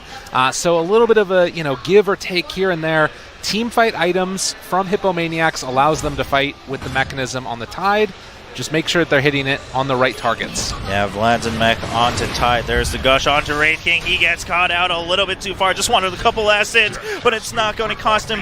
It's going to be the Reincarnation now used once again. Is it the third one that's wasted? There's the swap from Venge, but it's just to save him. Meanwhile, Venge now caught out. They have to switch targets, but Hippomaniacs a little slow on the switch up. I think they wanted to commit to the Wraith King, and now Fenrir running for his life. Do we see assistance coming in? Doom actually just they miss where he went through the trees, but they're still going to catch him as Fenrir doesn't get out from the shrine. I think the Doom thought somebody else was going to come to help the Venge and was trying to catch them out because they knew that they were going to get the Venge kill no matter what. So they're trying to find that +1, but it does set them up to go into Roche now with the Vengeful Spirit dead for a little bit. The scan hits. There is still a chance to contest for this one, but it would have to be quick, and I don't think that they're in a position to do it. Yeah, only Earth Spirit here. Well, actually just trying to get some vision of what's going on, how quickly it's going to happen. But Hippomaniacs should be quite safe. Going to get spotted by Winter Wyvern. There's a Sunstrike. They don't really care. They just want to burst it down. Roshan getting brought down quite low, and that should be it. It just goes to Supreme on TA. Yeah, this is all about, again, just building this TA to be that kind of indomitable monster that walks forward, takes down buildings. Probably Blink and BKB are going to be the timing where they want to try and end this game if you're Hippomaniacs. Look to take down all the outer towers at this stage and then finish it off afterwards. All right. Doom picking up some more farm, and a little bit risky right now as Doos have Waxy just on standby, just hanging out. Timbersaw, of course, coming in as well, and Venge seems to be making some movement topside. And we're going to see the Timber go in. It's actually going to be the Rolling Boulder first, but doesn't get a hit. Man, that was so close. Like, the Doom used the Chain Lightning on the creeps to farm them a little bit quicker. If he doesn't do that, he gets caught by the Earth Spirit there. Like, all the little things, and he knows he needs to finish them that quickly, otherwise it goes down. So there's Blink Dagger done for TA. This is a very nice timing. Still doesn't have the BKB, but you can play aggressive with the Aegis here and play like you have one, basically. Of course, still has some time left. Needs to take advantage of it, though. No. And it's really now Hippomaniacs that are the ones that are playing the minus armor strat. You know, you've got Gush here on the Tidehunter. They have a mechanism of their own to bolster their own armor, now getting a medallion. And then, of course, all the things that TA brings to the table as well. And the smoke coming in. 3-man smoke as we see TA just setting up in mid. Curry waltzing in ahead. Senny right behind. And the Winter Wyvern following as well. Muff looking for another ult. All the cooldowns are available. SCCC now caught alone in the mid lane. Is he going to get cut out? There's the Gush. And Invoker has no way to go. God. Supreme just bursts him down. One hit, absolute death. And Fenrir just going to teleport out of there. Doesn't want to risk it. And that's the danger of playing this Invoker. Yet again, takes a long time to get online, trying to build towards that Aghanim Scepter, but didn't have him yet. So the Invoke being on cooldown for just those 5 seconds. As soon as they saw that he used it, they jumped on him. Didn't have Ghost Walk available. Yeah, I mean, you mentioned it before. The earlier game we saw yesterday from SCCC, plenty of Sunstrike kills being set up, but this time, not really any. We saw a couple help pickups here and there, but the Sunstrike wasn't as prominent. And now Hippomaniacs going to pressure this tier 2. And Tidehunter teleporting in bottom side to help as well. It's going to be Senny and Winter Wyvern coming in. Doom shows up as well, and there's the root. And Timbersaw doesn't have an exit. There's the ultimate coming in from Senny. And Supreme jumps in as well. So much damage onto the Timbersaw. It doesn't matter if you're tanky, because now there's so many people, the Desto doing work, and Supreme brings him down. Nice play there from Senny, finding the vision, knew that he was there. They get the punish. They didn't get the tower in the mid lane, but see a little cartwheel there from the Invoker. I haven't seen that one yet. But they got the kill on the Timbersaw, and now this is, again, a little bit of the slowdown. They're going to try and take down all of these outer tier 1 and tier 2 towers, and probably top lane is the next place they need to go. We saw also in the previous series from Newbee, where Invoker kept on pushing along that bottom lane. He's not going to be able to do that in this game as easily, because he doesn't have, you know, all of those items that he built into, the Blink Dagger, the bots, and obviously the Aghanim Scepter. Still not trying to work towards the Ags. All right, Curry does get caught out just a little bit. Is he going to be okay? There's a Tornado EMP just to keep him at bay. Not going to commit. Wraith King showing up just in time to make sure the fight doesn't break out. Yeah. And Ags now done on the Invoker. Harder to gank, a little bit better of a team fighter, but you can see that they're probably going to get just the 3-for-1 Bounty Rune exchange as Hippomaniacs controls this east, or rather west side of the map. This'll come in handy. Yep, and they are trying to make sure they stick to that control. The Wraith Fire Blast comes in. Winter Wyvern just gets bursted down so low, puts down the ultimate, but it's not going to save him in time. Yeah, second time where these ultis have kind of been used not to the greatest effect. It does ensure that TA and, you know, obviously the Doom are able to make their way out of there, but you would love to be able to save that for the next round of fights, and at the end of the day, they just get that tier 1 tower top, while still not taking out any of the tier 2s as of yet, but looks like they're going to try and finish that and remedy that mid as the catapult is there. All right, TA trying to get a look here. Saw the boulder rushing in as well, so not risking anything mid. Meanwhile, Fenrir needs to watch out. They saw the terror coming in, and the nice blink to block him off. Fenrir now on the run. Doom just following up, and there's a nice stun. The kill goes to Saberlight. Yeah, they've only got about a minute and a half or so left on this Aegis. I want to say maybe just a minute, actually. So if they do want to get something done with it, the time is now. Slow down onto both of these heroes. There's a rolling boulder. Wraith King gets caught. There is the Wraith Fire Blast on Supreme. It's going to slow him down just enough. The trap goes down, and CM showing up as well. Senny, can he get another catch? There's the root as they try to chase down Wraith King. Has the reincarnation up. Can they waste it down again? There's the rolling boulder coming in. An Invoker shows up. SCCC and the Magnetize going off as well. Everyone for Hippomaniacs has to spread out away from each other. Earth Spirit goes in once again just to get some vision. Another slow, but he gets sacrificed himself. Now Hippomaniacs feeling pretty confident as they go back in. A good strike coming in, but SCCC now caught out. Wraith King can't save him as the Ravage comes through to keep everyone at bay. Another root from Senny. Supreme's going to pick that up, and then he follows suit with the rest of his team. They're just ignoring the Timbersaw behind, but there's so much lifesteal coming in for Wraith King. He stays alive, not able to pick up the Doom, and now it's a chase. Another root down onto Timbersaw. He's tanky, but not against... Oh, he turns it around, picks up what he can before he goes down. Man, sick play right there. Again, coming in from Hippomaniacs, and a little bit of bad luck. You saw Newbee there. They got the aggro dragged onto them to the Ancients, and the Ancients were actually what brought down Wraith King in his first life when he tried to Armlet Toggle. So Armlet Toggle got killed off by the Ancients, and then afterwards, Hippomaniacs were there to play cleanup. So really, really well played by Hippomaniacs. 4,000 gold lead. a mixture of luck, a mixture of skill, and now this continued aggression that's going to come out here as TA ready to take down the tower. Doesn't matter they don't got the Aegis anymore because she has her BKB. All right, so that bought them the time to get the BKB. They didn't utilize the Aegis in terms of its activation, but they utilized the aggression that they could have. Got a couple kills here and there, and they were able to make a little bit more aggression, take control of the map once again. And you look at the towers too, right? Tier 2 tower mid gone, Tier 2 tower bottom gone. There's just that one more remaining. If they're set up now to take down the next Roche, this is the one that they're going to try and end the game around. Because like we said, we haven't really seen this Invoker in the fights. When he does start to join the fights, it will become problematic, particularly if he can get off a big EMP, drain everybody's mana before they get into the fight. Yeah, that's going to be crucial. SCCC needs to watch out for his positioning as the fights break out. But Hippomaniacs, it's on them to make sure that Newbee doesn't have that leisure. DD currently on Supreme. So Newbee needs to watch out. Lots of damage there. Blinks out. Doesn't want to get caught out too far. Teammates were just clearing out some vision on the bottom side. Yeah, it's a little bit greedy playing down on that side of the map with without the Invoker showing, and rather showing themselves on the map without the Doom nearby. All right, well, this time TA and Doom on the hunt. Seeing if they can get a catch, but SCCC just going to teleport out the bottom side and continue farming up. I've been enjoying watching Gia play, definitely. Obviously, he's had a rougher time of it this game, but this build of going like Midas afterwards into Armlet, it showed how effective it can be, particularly against Hippomaniacs, who are this team that just want to run at you, right? So Armlet has been really effective at keeping him alive, sort of extending those fights and pulling Hippomaniacs into bad situations. That last fight up here on the high ground, that's a bad fight to take right near the shrine, but they were far enough ahead and their heroes are hitting a strong enough timing that it worked for them. If that type of thing happens a few more times, Newbee should be able to take advantage and likely win it, but it's going to be tough for him. All right, and that's going to be a free Tier 2 on the top side. So again, that balance you talked about, Lyrical, across the map, it's been restored for Hippomaniacs. They can pick and choose where they want to go. And like you said, they're looking for that timing with that next Roche, it looks like.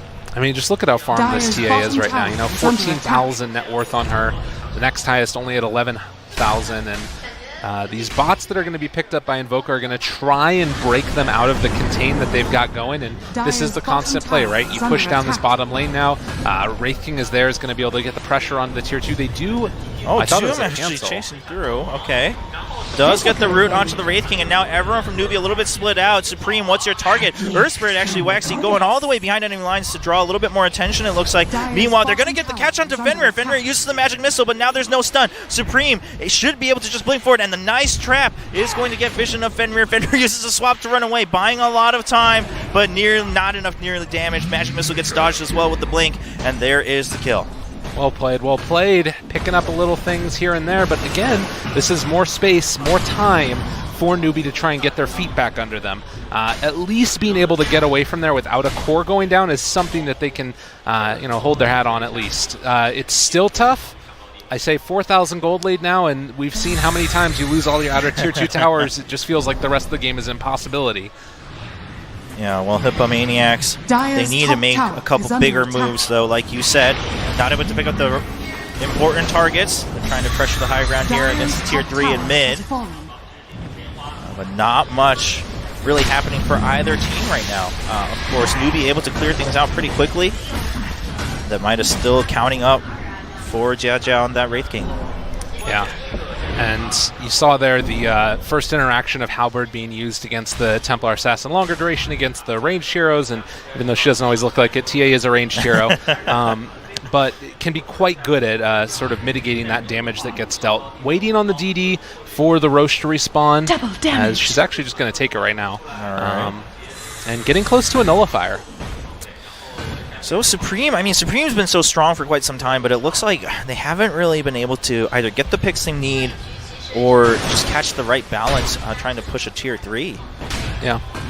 No, it's true. I think that the play here is just hold this high ground and wait for Roche. Uh-oh, Timbersaw gets cut out a little too far. Curry was looking for that gush, isn't able to target it just yet. The trap just to get some more vision. There's the gush to slow him down even further. Fenrir coming in for the save. He's had to do that multiple times, and now Jaja coming in for another stun. Timbersaw is still getting away, but Hippomaniacs have their eyes set on the target. The Ravage just to keep him in place.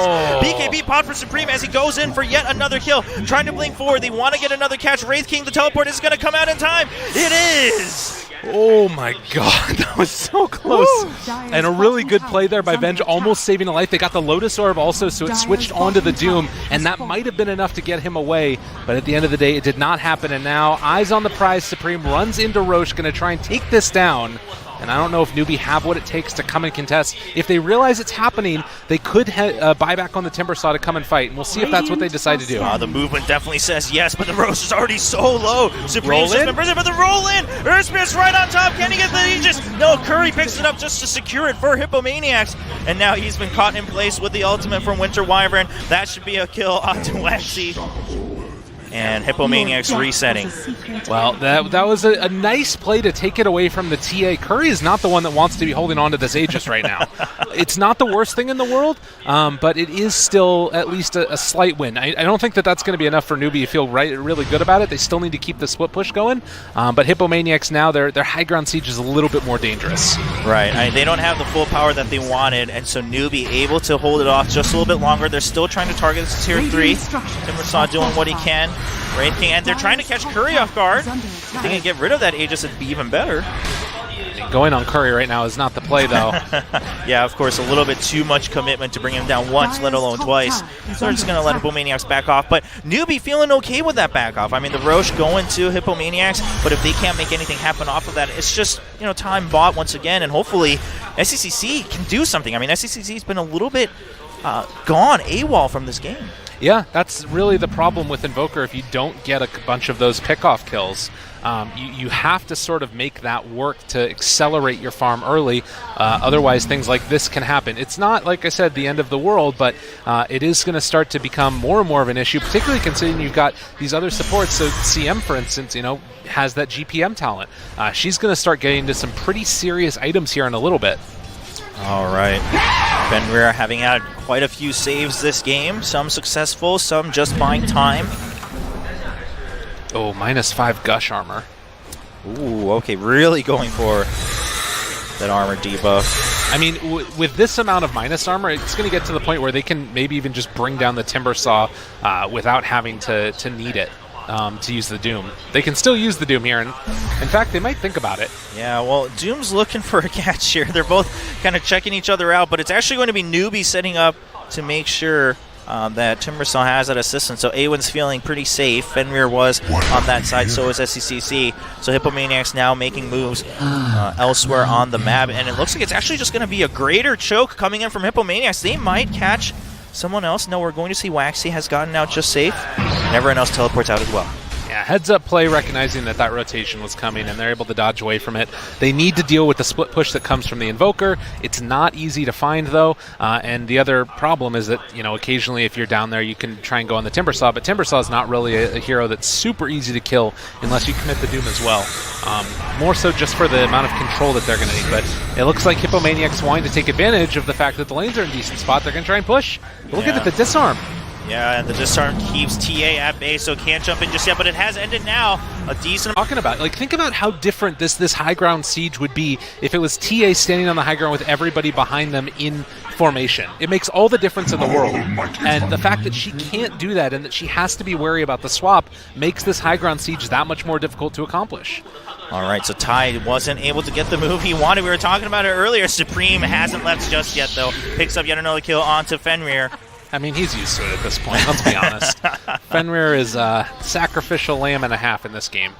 Yeah, Fenrir's really just there to make sure that his teammates are staying alive, but that does mean Avenge is out of the question. So no swaps Curry might be able to look for the play he wanted once again. They're just pushing towards that tier 3. They feel pretty safe with Venge out of the picture. So a lot of damage coming in. There's a tornado, and the EMP should be coming down in time. Curry gets brought down quite low. There's a Ravage before he gets brought down, and he is going to come back up with the Aegis. Meanwhile, Supreme has taken out SCCC, so no Invoker. BKB popped for Supreme, and they're fighting under the turret. Wraith King gets brought down low, but they're not finishing him just yet, as Doom has changed targets onto the Timbersaw, and we do see Supreme getting caught, but Winter Wyvern with a nice ultimate to make sure Supreme gets out. The Magnetize comes in from Earth Spirit, but it's going to be a double kill, godlike for Supreme. SCCC buys back, and that should make sure that Hippomaniacs back off. Wraith King just trying to charge forward and going to use that reincarnate, actually just getting brought back up. Are they going to continue fighting? Fenrir goes in for another swap, but it actually puts CM in good position for the ultimate. Sunstrike comes in! Supreme picks up the triple kill. Meanwhile, SCCC only picking up Senny. SC gets Saberlight as well. Wraith King now with the BKB chasing through.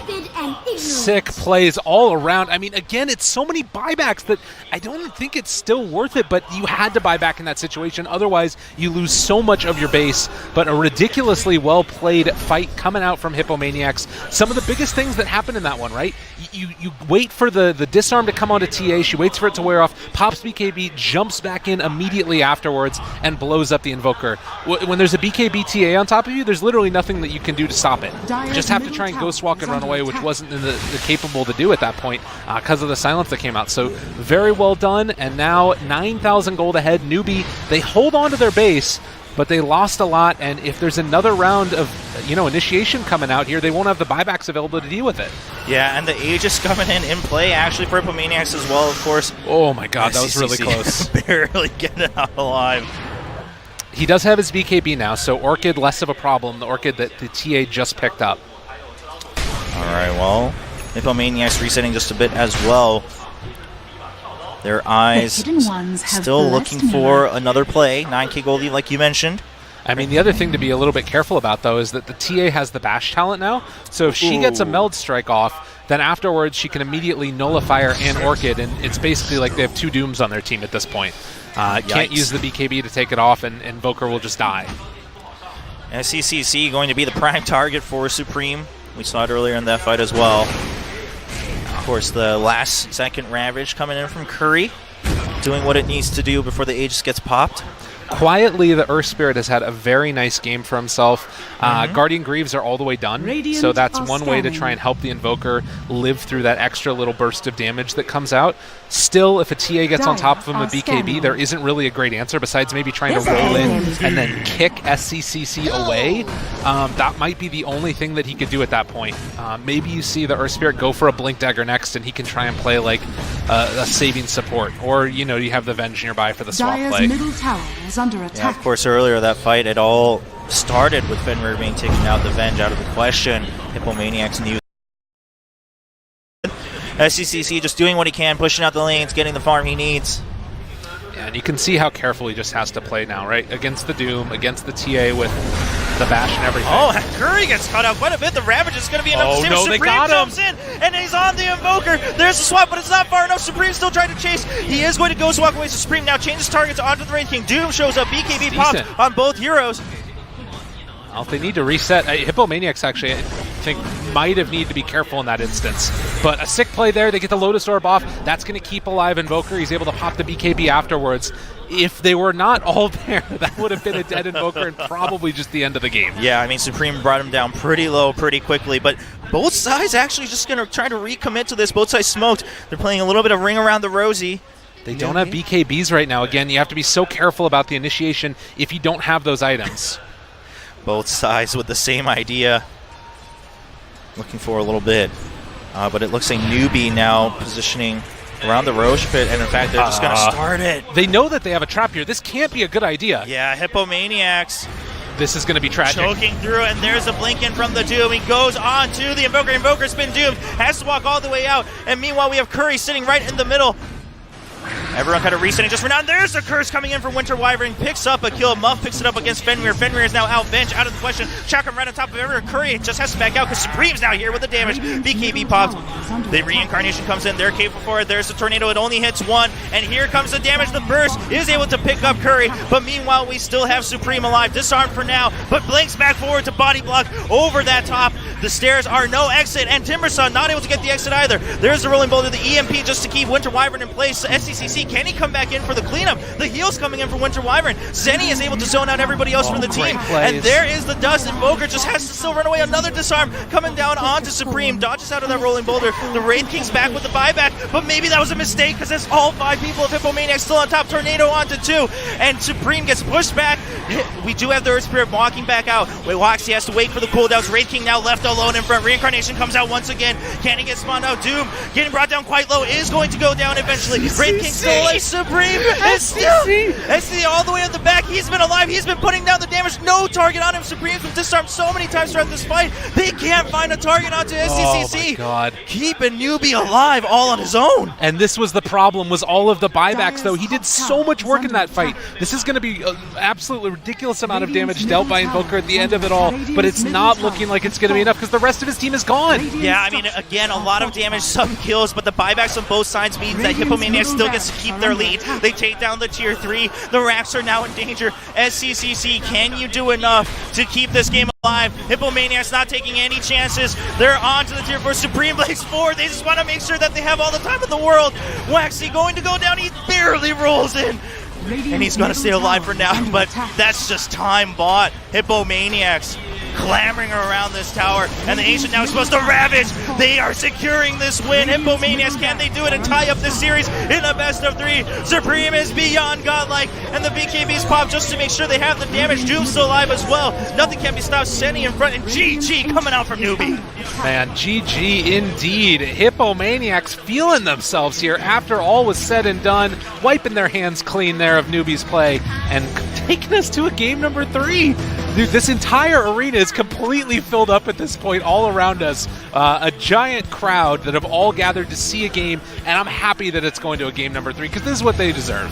Yeah, I mean, this is going to be a series now on our hands. And you saw how happy Hippomaniacs were after that game. I mean, they had the lead from the get-go. They had the right idea. A little bit of stalling in the middle by Newbee. But again, SCCC, he had a good fight at the last fight, but didn't really have any other windows to really push forward with the power that Invoker brings. No, definitely not. And that's the problem, right? It was all of those buybacks earlier. Hippomaniacs had them available for that Roche fight, and on the other side, Newbee did not. And when you've got all of these heroes that, do a ridiculous amount of damage in the late game, I mean, even the Tidehunter, like him buying back and getting to that fight meant that they could all continue to fight afterwards. So really, really well done by Hippomaniacs taking to this game number 3. I can't wait. It's going to be sick. Yeah, I mean, we just keep hearkening back to that game we saw yesterday from SCC, right? Once that Cataclysm came through, so much damage, and every fight was always in favor of them. But this time, I mean, Hippomaniacs didn't really even react to that. They knew the damage they had and the survivability they had on top. Well, and I think that it harkens back to some of the heroes, too, like the Earth Spirit. There's a lot of cool things that he does in the laning stage, but in the late game, there were a couple times where we saw like 4-person magnetize. Yeah. It just doesn't matter. It's not enough damage. Like that hero falls off so quickly. He lives forever. He throws out some good disables, but he doesn't really provide that much damage, and that's the problem. Yeah, I mean, we look at that last fight. You see Supreme constantly getting disarmed, constantly getting pushed out, but still jumps back in. And so SCCC couldn't melt everyone else fast enough during that window. No, he got a couple of clutch key pickoffs there that looked very, very stylish, but it wasn't enough. And need to go into this next one. I didn't think that it was going to be them with the damage issues. Yeah, I thought it was going to be the Tidehunter position 1, but apparently that works. So let's go. Yeah, Hippomaniacs made it work, right? And they're here on the stage here for WCG 2019 in Xi'an, China. Now tying it up 1-1. One game keeping both of these teams away from a final, at which Signal Ultra is waiting, and this means that we could get a no China final in Xi'an, China. I know, man. That would be, that might feel like a bit like a ghost town, but we're going to check out the highlights from game 2, take a quick break, and then we'll be back with game number 3.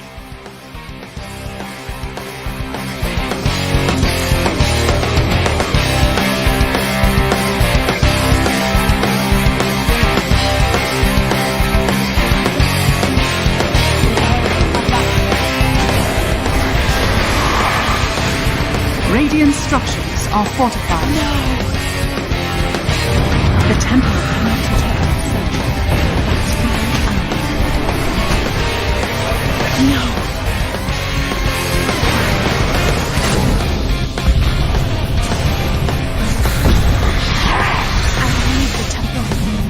I need the temple undefended. Xi'an has fallen to the dark.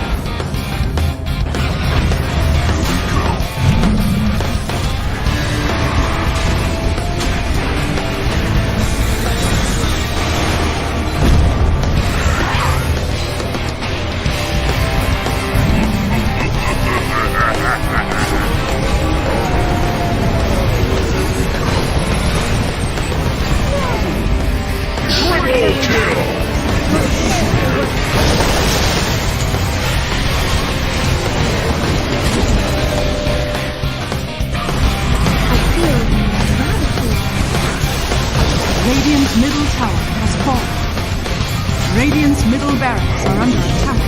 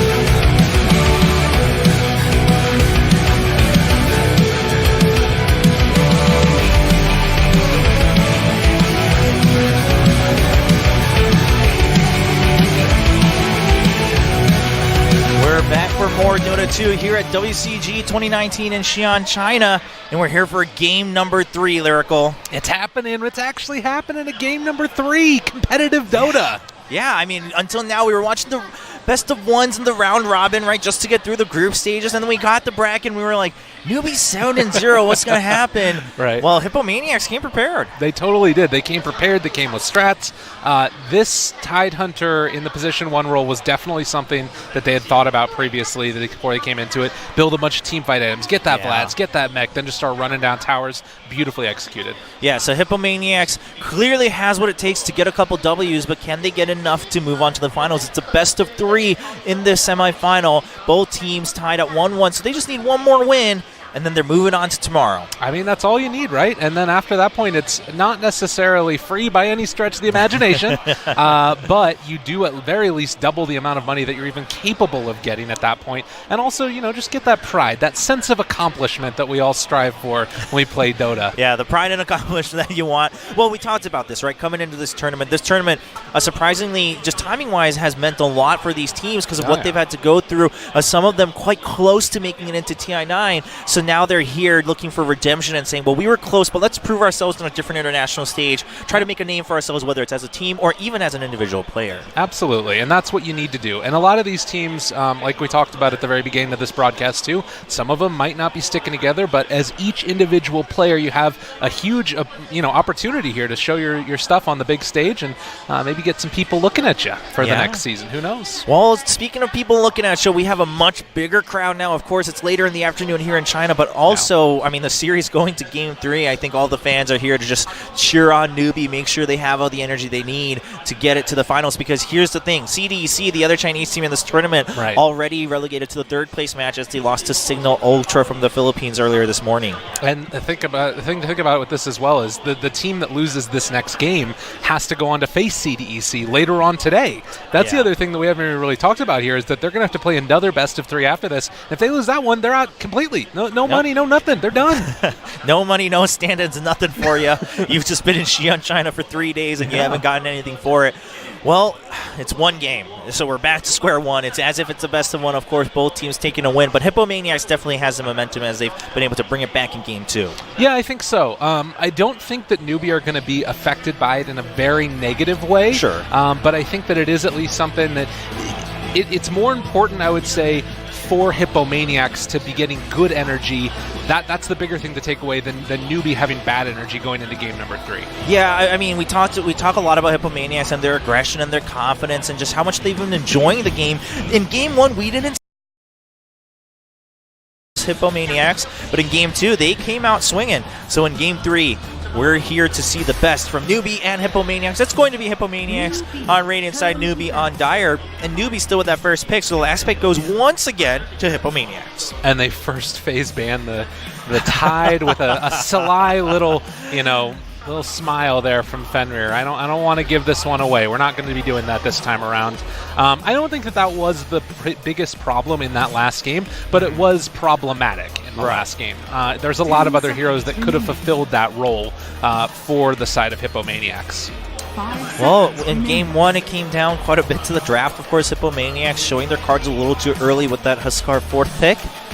in Game 2. They fixed that problem a little bit. I mean, you still saw the Tide playing that core role, but they had some other answers in store. Phoenix getting banned out as well from Newbee. So this, to me, tells me that Newbee is saying you're going to have to play a different style of Dota if you want to beat us in this game number 3. All of those main... Oh, are they going to pick Darkseer themselves now for Newbee? Oftentimes, if you first phase ban the Oracle, that's what you're leading into is a Darkseer pick, which would almost instantly give them the team fight advantage over Hippomaniacs, and then Hippomaniacs have to show a different style of Dota that, at least as to now, we haven't seen them play. Right. I mean, that would be a great question for Hippomaniacs right now. I mean, if you have what it takes to win on an international stage, you got to play several styles of Dota. You got to adapt to what you've seen in a best of, and Newbee challenging them right now. Hippomaniacs, I think, kind of sensing what's going on. They want to see what this could lead to. Yeah, and I mean, Oracle as a whole is a very strong hero right now, but we haven't seen that much of the first phase ban of it yet, so we'll see. You can see from there a little bit of a look of what was that. Yeah, the Bane ban coming out from Hippos. Of course, we've seen Newbee trying to favor that Bane quite a bit. So if that is the route that Newbee want to go and they take something like a Darkseer, you could go back for an Axe on Hippomaniacs. Looks like they're still going to favor the Sand King, though. All right, Sand King coming out. Was quite successful in that Game 1, of course. Getting the picks that he needs. It's a very strong hero to play around. It's a very strong hero to be flexible of going either in the 4 position or the 3 position. And just playing Doom. fast tempo, too. Doom, quite successful. And then the CM as well. Once again, it's the same opening from Game 2 for the Hippos. And there's the Darkseer, like you mentioned. They let it through, and Newbee able to secure it for themselves. And taking it now with that Sand King, that makes it even stronger than it could have been otherwise. Jeez. So this is the big question now. Where do Hippomaniacs go for responses? Because now you're going to get Lifestealer and probably Juggernaut both banned out. The other option would be to go for something like an Anti-Mage on Hippomaniacs, which I think is less their style. I don't think that they like to run those big, just like, 4 Protect 1 types of drafts. But it could be a decent pickup, because then you can run like Doom playing Pickoff Dota while Anti-Mage gets the split farm around the map. But you need somebody that can farm underneath the tower and not be pressured too badly by that Darkseer. All right, yeah, we've talked a lot about how that works out with Darkseer on the map, especially early on in the game. As you can see, it's quite packed, which means it's getting a little heated in here as well. It's quite hot and humid in China to begin with. Of course, the AC is still going on, so the humidity's not a problem, but the heat here with all these people crowding around is going to start to rack up. Wraith King being banned out from Hippomaniacs. The real answer is that the gameplay's fire, right? That's what we got to say here. Ah, there you go. Oh, I missed the boat on that one. And I got to go back to the training chambers. It's all good, man. So is it the Juggernaut band? Is it the Anti-Mage band? Do they not even care and say pick whatever you want because you're going to go one or the other? And then just ban an entirely different hero? I think that if you're Hippomaniacs at this point, the other thing that they could be a little bit worried about is just having like another strong laner in the off lane and Newbee doing the same thing to Hippomaniacs that they did to them in the first game. Wouldn't be the Tide Hunter this time, but maybe they could just take the jug for themselves as well. Wouldn't mind it. All right. I mean, is there anything else that still allows Hippomaniacs to be themselves here that Newbee really wants to close out? The Enigma being banned out. Yeah, so this is the other option, and it's something that we have seen from Hippomaniacs in the qualifiers, was running that type of Enigma and then playing like a more greedy position 3, right? So that would have been one of the things that they could have done that would have been going back to the original way that they played. And right now, I mean, to be honest, even there's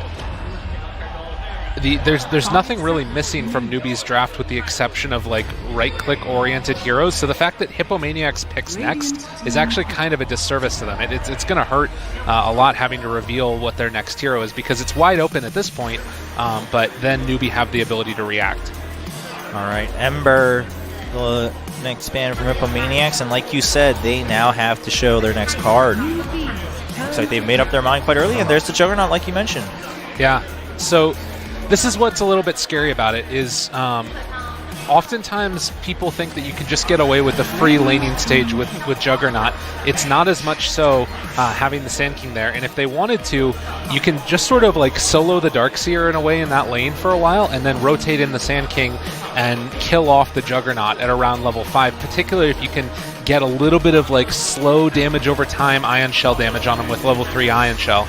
Now, the thing that kind of makes is naturally going to be weaker, and Doom is already a very strong laner, so I like to see a Grimstroke here. Okay, yeah, we've seen Grimstroke picked a lot in the other games that we've had at WCG so far, none on our stages. It's going to be the Winter Wyvern returning for Hippomaniacs, though. Okay, so this is challenging the team fight of the Darkseer. It was a comfort pick for them in the last game, obviously. This does set up for a mid counter pick for Hippomaniacs as well. What else do you get from Winter Wyvern? I mean, the other big thing is, like, it's sort of better D-push in a way than the Grimstroke, because you can stay further back throwing out the Splinter Blast, whereas you kind of have to be, like, right on target with a Grimstroke and a Stroke of Fate to get it countered out. So probably just a D-push. And now they go for the Storm into Doom CM Wyvern. This is a bold play. All right, yeah, Newbee picking up that Storm. Of course, they don't have the very last pick, so no difference there, but like you said, already quite a few scary heroes on the other side for Hippomaniacs. And I feel like you can maybe just puck here with Hippomaniacs and try and make Storm Spirit have a really bad laning stage. It's a little bit scary running out of damage, but that's the other thing too, though, about like Newbee's lineup, is that they aren't those big tanky cores that are really hard to deal with. Like, they're probably going to take an Agi core last for Newbee. Maybe they go for something funky like a CK last on Newbee, and then that throws a wrench in the plans. But picking the mid here, since it was already going to get counterpicked, it's a nice play. All right, well, Hippomaniacs, I mean, this time they're taking a full advantage of the fact that they have the very last pick. Just trying to sort out what their bans are. I mean, is there anything crucial that they need to remove so that Newbee can get it? And you mentioned, I mean, the CK might be a bit of a wild card. Yeah, the thing about it is there isn't really anything that really destroys them. Probably Sven would be the closest one. If they want to try and like give the game to Gia and say, just take us late game and carry us, then it would be something like the CK. But this is probably more along the lines of a Sven, which would give them a little bit of extra survivability.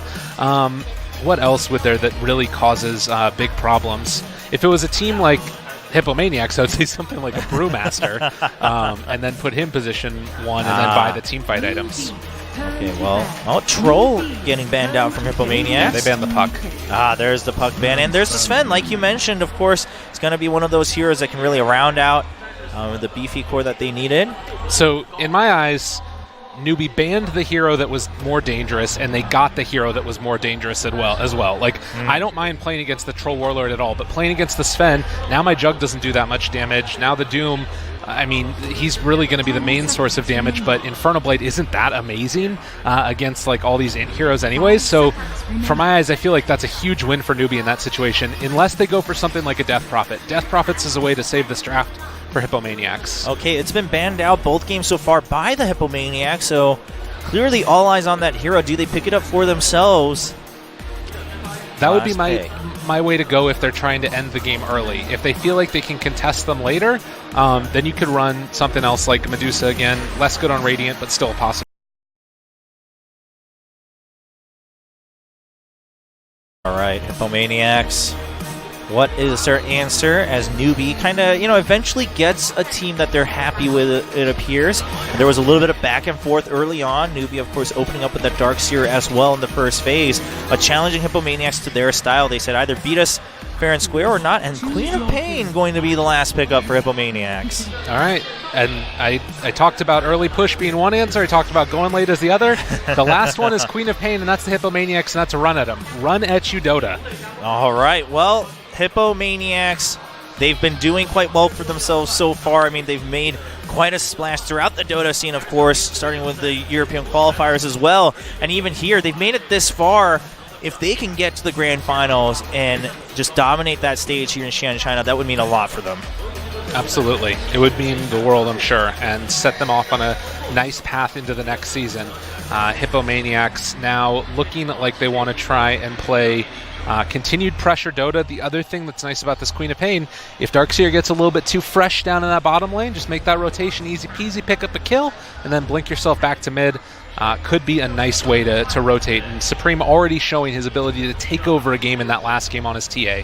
Yeah, of course. I mean, again, we saw a lot of those differences. Game 2, Hippomaniacs, their players were so confident that they were able to take control of the vision. Supreme had that rotation on clock, and meanwhile on the other side in Game 1, Newbee read Hippomaniacs like a book. They closed all the windows, no openings for the Hippos.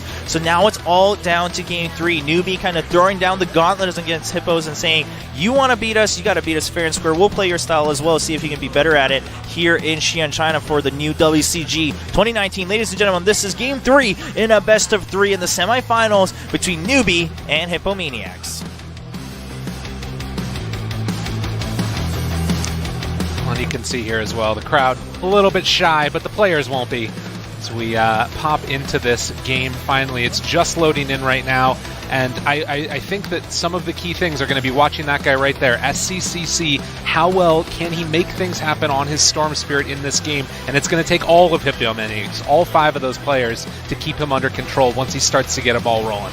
Yeah, I mean, again, like you said, it was a bit of a ballsy move coming from Newbee to pick up that Storm Spirit into some of these heroes like Doom, like the CM. And so we do have SCCC playing with that confidence. I mean, he had a rough time on his Evoker earlier, but of course that's not a scratch against him. Just really well played by Hippomaniacs and some early vision on both sides. Now, smoked up, Storm Spirit, smoke does not break. They both get their ward down. We'll see if anybody makes the rotation with a sentry a little bit later on, but does not look like it will happen. Sven also got a ward down up on the top side.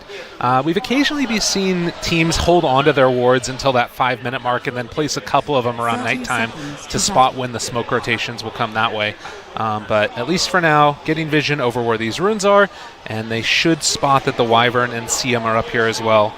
As it looks like they're trying to go for the aggro play. So Doom has not been scouted yet, and the CM and Wyvern, this isn't entirely uncommon for them to both be up there. So I'm not sure if Newbee is going to know that this aggro lane is coming. All right, yeah, Newbee just keeping it safe, has that vision. And just now catching a glimpse. Oh, not quite yet. There we go, Winter Wyvern showing up. So they're just going to trade some bounties 2 and 2 at the end of the day.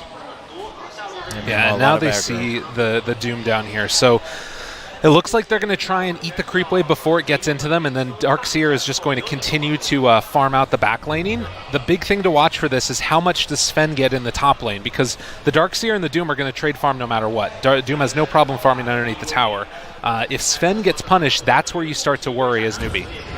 All right, well, both sides committing to that. Sven, how he's going to do, we'll see in a couple seconds. Meanwhile, Doom actually quite low. The Burrow Strike doesn't hit, though. A little too early, too aggressive. We do see the ISO still putting down a lot of damage. Are they going to commit to it, though? Still into the tower. They're just trying to trade off that aggro. Sand King now taking it for himself. There's still a lot of damage, but Doom trying to stay alive through the trees. Gets a little bit of... Yeah, there's the Burrow Strike coming back. Waxy picks up that first blood.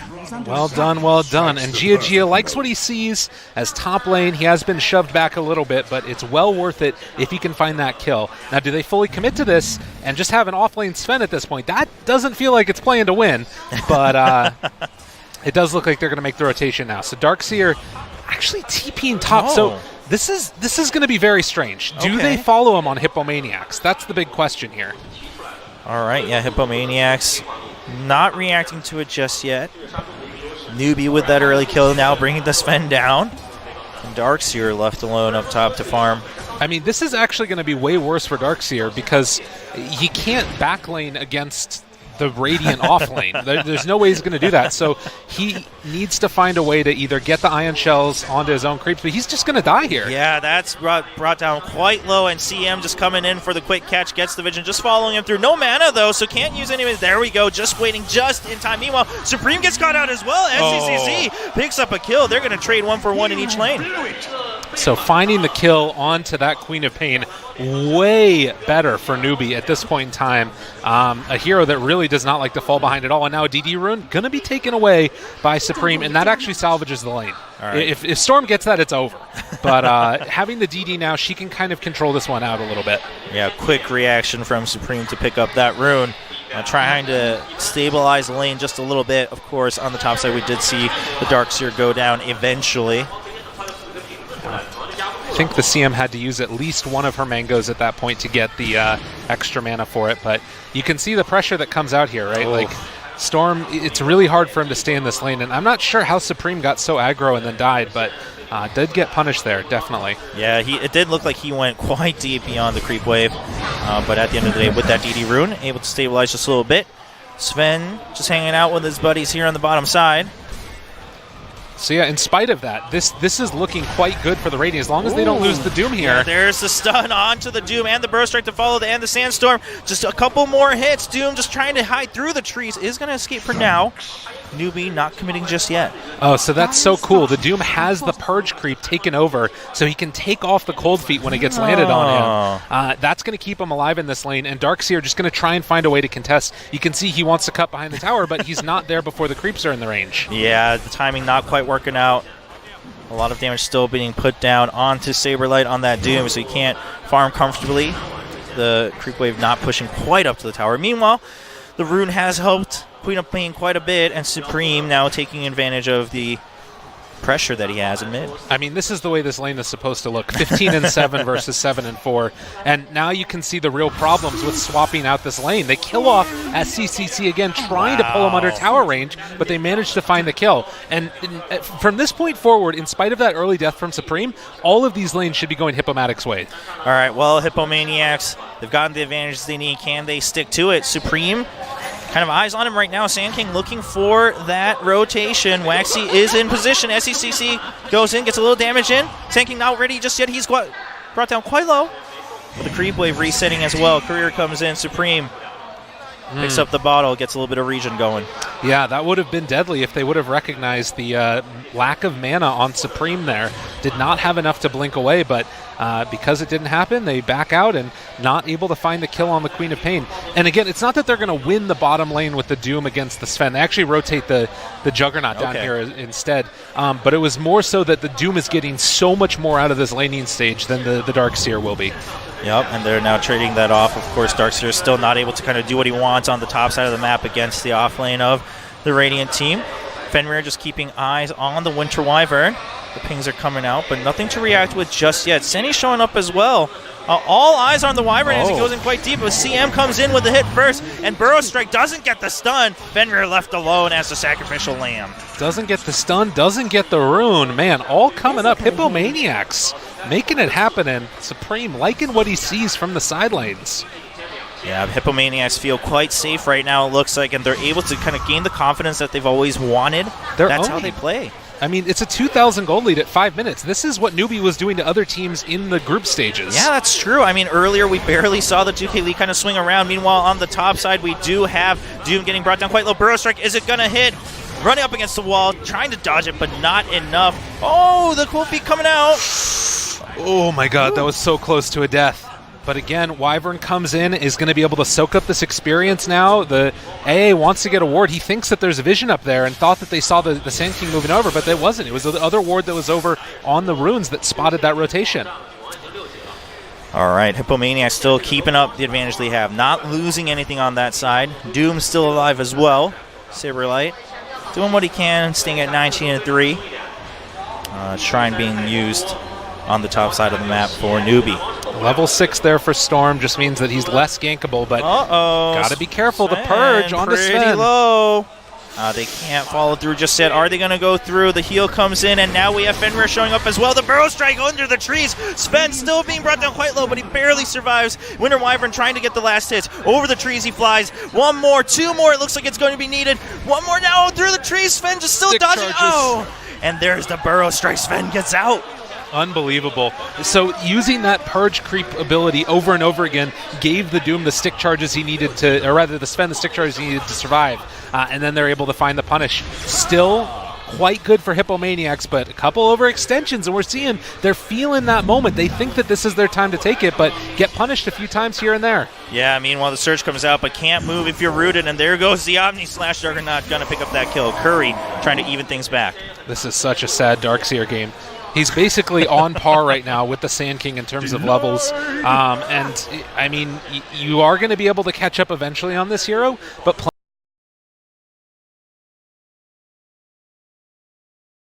maybe the Sand King could be the one that takes over for it. Yeah, well, Sand King looking for another rotation here, but the teleport's coming in from the Wyvern, so they're not going to commit just yet. Hippomaniacs, do they turn anything around? It's just Wyvern up there with Doom. CM now making her way up top.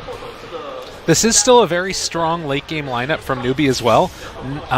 It's something that you're going to need to be worried about, as Storm Spirit in the late game can be such a monster. Ooh, a commitment to a fight here as we see Muff getting brought down quite low. Doom can't do much to save him. Getting the region. Senny shows up. Can they turn things around? Meanwhile, Supreme picks up yet another kill against SCCC. Rotating back up to the top side of the map. We see Doom sticking out to Sven, and there's the root that they needed. They don't have the damage. The Burrow Strike actually keeps Senny way back behind, and Senny's going to be sacrificed, and Doom can't get the kill either. He gets stunned under tower. Sven's going to try to turn this around. Sand King's coming in to assist, but doesn't need it. And he kills off Awin on the other side of the map, so Quap finds a double kill while 2 die in the top lane as well. Just mayhem all over the map. This is the Hippomaniacs that we saw before. Kills all across the map, both on their side and against them. But so far, I mean, Supreme doing very well for himself. Yeah, I mean, Storm doesn't have boots. Like, this game is... It's a problem right now. The fact that he has been so heavily shut down. SCCC tried to dodge the dagger there for a second as well. Still gets it applied to him. You can see this Quap is going for Orchid. If she gets that before the Storm Spirit gets any defensive items online, he's just going to be food for her over and over again.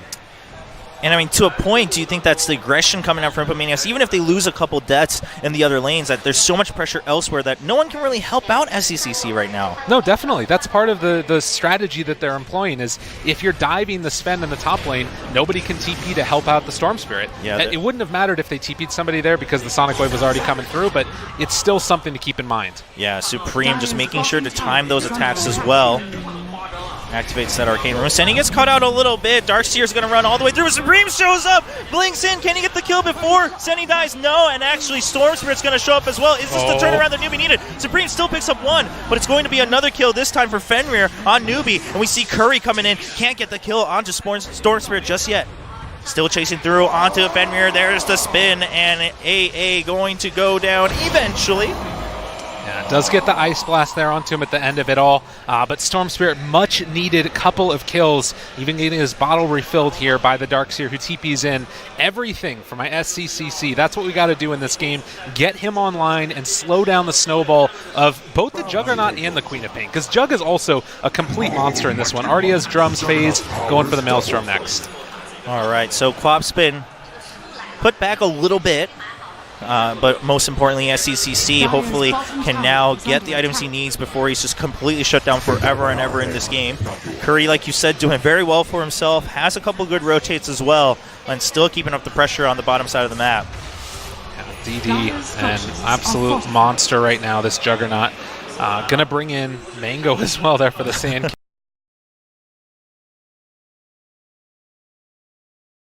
Yeah, there's the Burst Strike. They are coming into it. There's the Ice Blast as well, and Doom needs to run out. Saberlight getting brought down quite low, and that should be it. Waxy picks up the kill. I mean, that's one of the really cool answers to Doom, right? Because so much of his survivability depends upon the regen that he gets from Devour. If you can take away that all with the Ancient Apparition, this hero does not live. Yeah, that was a pretty quick burst from the two heroes, but Hippomaniacs trying to answer that with a tier 1 here on the bottom side. Yeah. Get level 10 on the Storm, try and get him towards the survivability item. It could be a Yule's game, not always the best feeling when you have to run for that item on the Storm Spirit, but at this point he needs an answer for when this Quap Orchid comes out, because there is nobody on his team that can help him unless they get a counter gank going. All right, Saberlight back in lane. So far, I mean, Saberlight's really just been trying to keep up the farm that he can and then putting down the pressure. But now the map's been opened up for both teams. It looks like both teams quite committed to the rotations. The smoke coming in from Newbee. They're looking for a catch. 6 on Wyvern. Careful here. Uh-oh, and there's the Storm Spirit coming in. Can they get the catch onto Curry? No, Wyvern's hanging out. They sense that something's up. They don't want to commit. Senny was hanging out in the trees as well. Not level 6 just yet. Yeah, very, very dangerous moment there. Ward behind the tower also is there, spotting these heroes in the rotations that could come out if they try and smoke up again. But this is the play from Hippomaniacs. Push now while you have a little bit of an advantage. You just got to be so careful because an Ice Blast does kill everybody almost. Curry just putting down some aggression, but needs to watch out for a bit of a choke here. Wyvern coming in to assist should he need it. And just chasing out that Darkseer back to where he belongs. And trying to put down the pressure once again. Of course, the bot side's been pushed out a little bit by Darkseer. Juggernaut's going to equalize that back. But yeah, like you said, it looks like Tier 1 and mid is going to be the real need for Hippomaniacs. Yeah, it's quite tough to go into it now, though, because the Sand King Blink Dagger is about to be done. Quap's still very, very close to Orchid, so that's the moment they're going to be waiting for. If Storm Spirit is hanging out in the mid lane, you can jump on him with Orchid, blow him up in that fashion. So Storm is going to need to play a lot more careful, and this is feeling reminiscent of last game where Newbee goes for these Midases, have the greedier heroes that need to farm up. Storm is just now beginning to work on his Yule Scepter. He is going to get completely off guard here if the Queen of Pain is able to initiate on him. All right, Hippomaniacs, can they get the cash they need? We'll wait for Quap to finish her items and see if they can get that pick. Of course, SCCC, if he reacts to it correctly and just plays a little bit safer, just buys a little bit more time. I mean, that seems to have been the Newbee way in this tournament, especially in this best of 3. Yeah. Well, 4 heroes grouped together, feel like they're going to smoke. There you go. They get the smoke down, but no one quite nearby just yet. SCCC actually farming all the way deep in their own jungle and going to go back, stock up a little bit. They're moving up towards the top side here. They might catch the Darkseer. Sven's nearby, though. Fenrir's not too far, and Fenrir's getting further, moving down the lane. They might actually just go onto Axie and Fenrir. Yeah, this is very well played by Newbee, recognizing the timing that was going to come out and dodging away from the fight that they just can't take it right now. There's no way they can fight Hippomaniacs at this point. So they need to farm, they need to buy space. You can see the pings coming out on the map, SCCC saying where Hippomaniacs are, and just stay on the other side of the map, run away from them. All right, Hippomaniacs not giving up, though. The smoke's been run out, but they're keeping their position, trying to see if they can get a choke onto this Tier 1 or at least take out that Tier 1, open up the map a little bit more for them. So it looks like it's going to be easy peasy for Hippomaniacs. They finally get the tower kill they need. Ice Blast coming in just to keep them at bay. Juggernaut just going to spin out of there. I mean, the real danger, though, is like, at what point do you feel like you're capable of farming for Newbee? Darkseer does not have any points in vacuum. The early levels of vacuum are hugely... SCCC, can he get out? He has just enough mana. He's going to get all the way out of there. The teleport's coming in. Oh! SCCC teleports just in time. Perfect calculation in terms of the distance he needed, plus the teleport timing. Quap not able to get the cooldown off of that blink. And that's huge. You dodge away from that gank. Now she has treads, though. That would have been the damage difference that she needs. So good job getting the bounty rune. Good job dodging the gank as well. But now they need to buy a little bit more time. That's really the name of this game for Newbee. Buy time.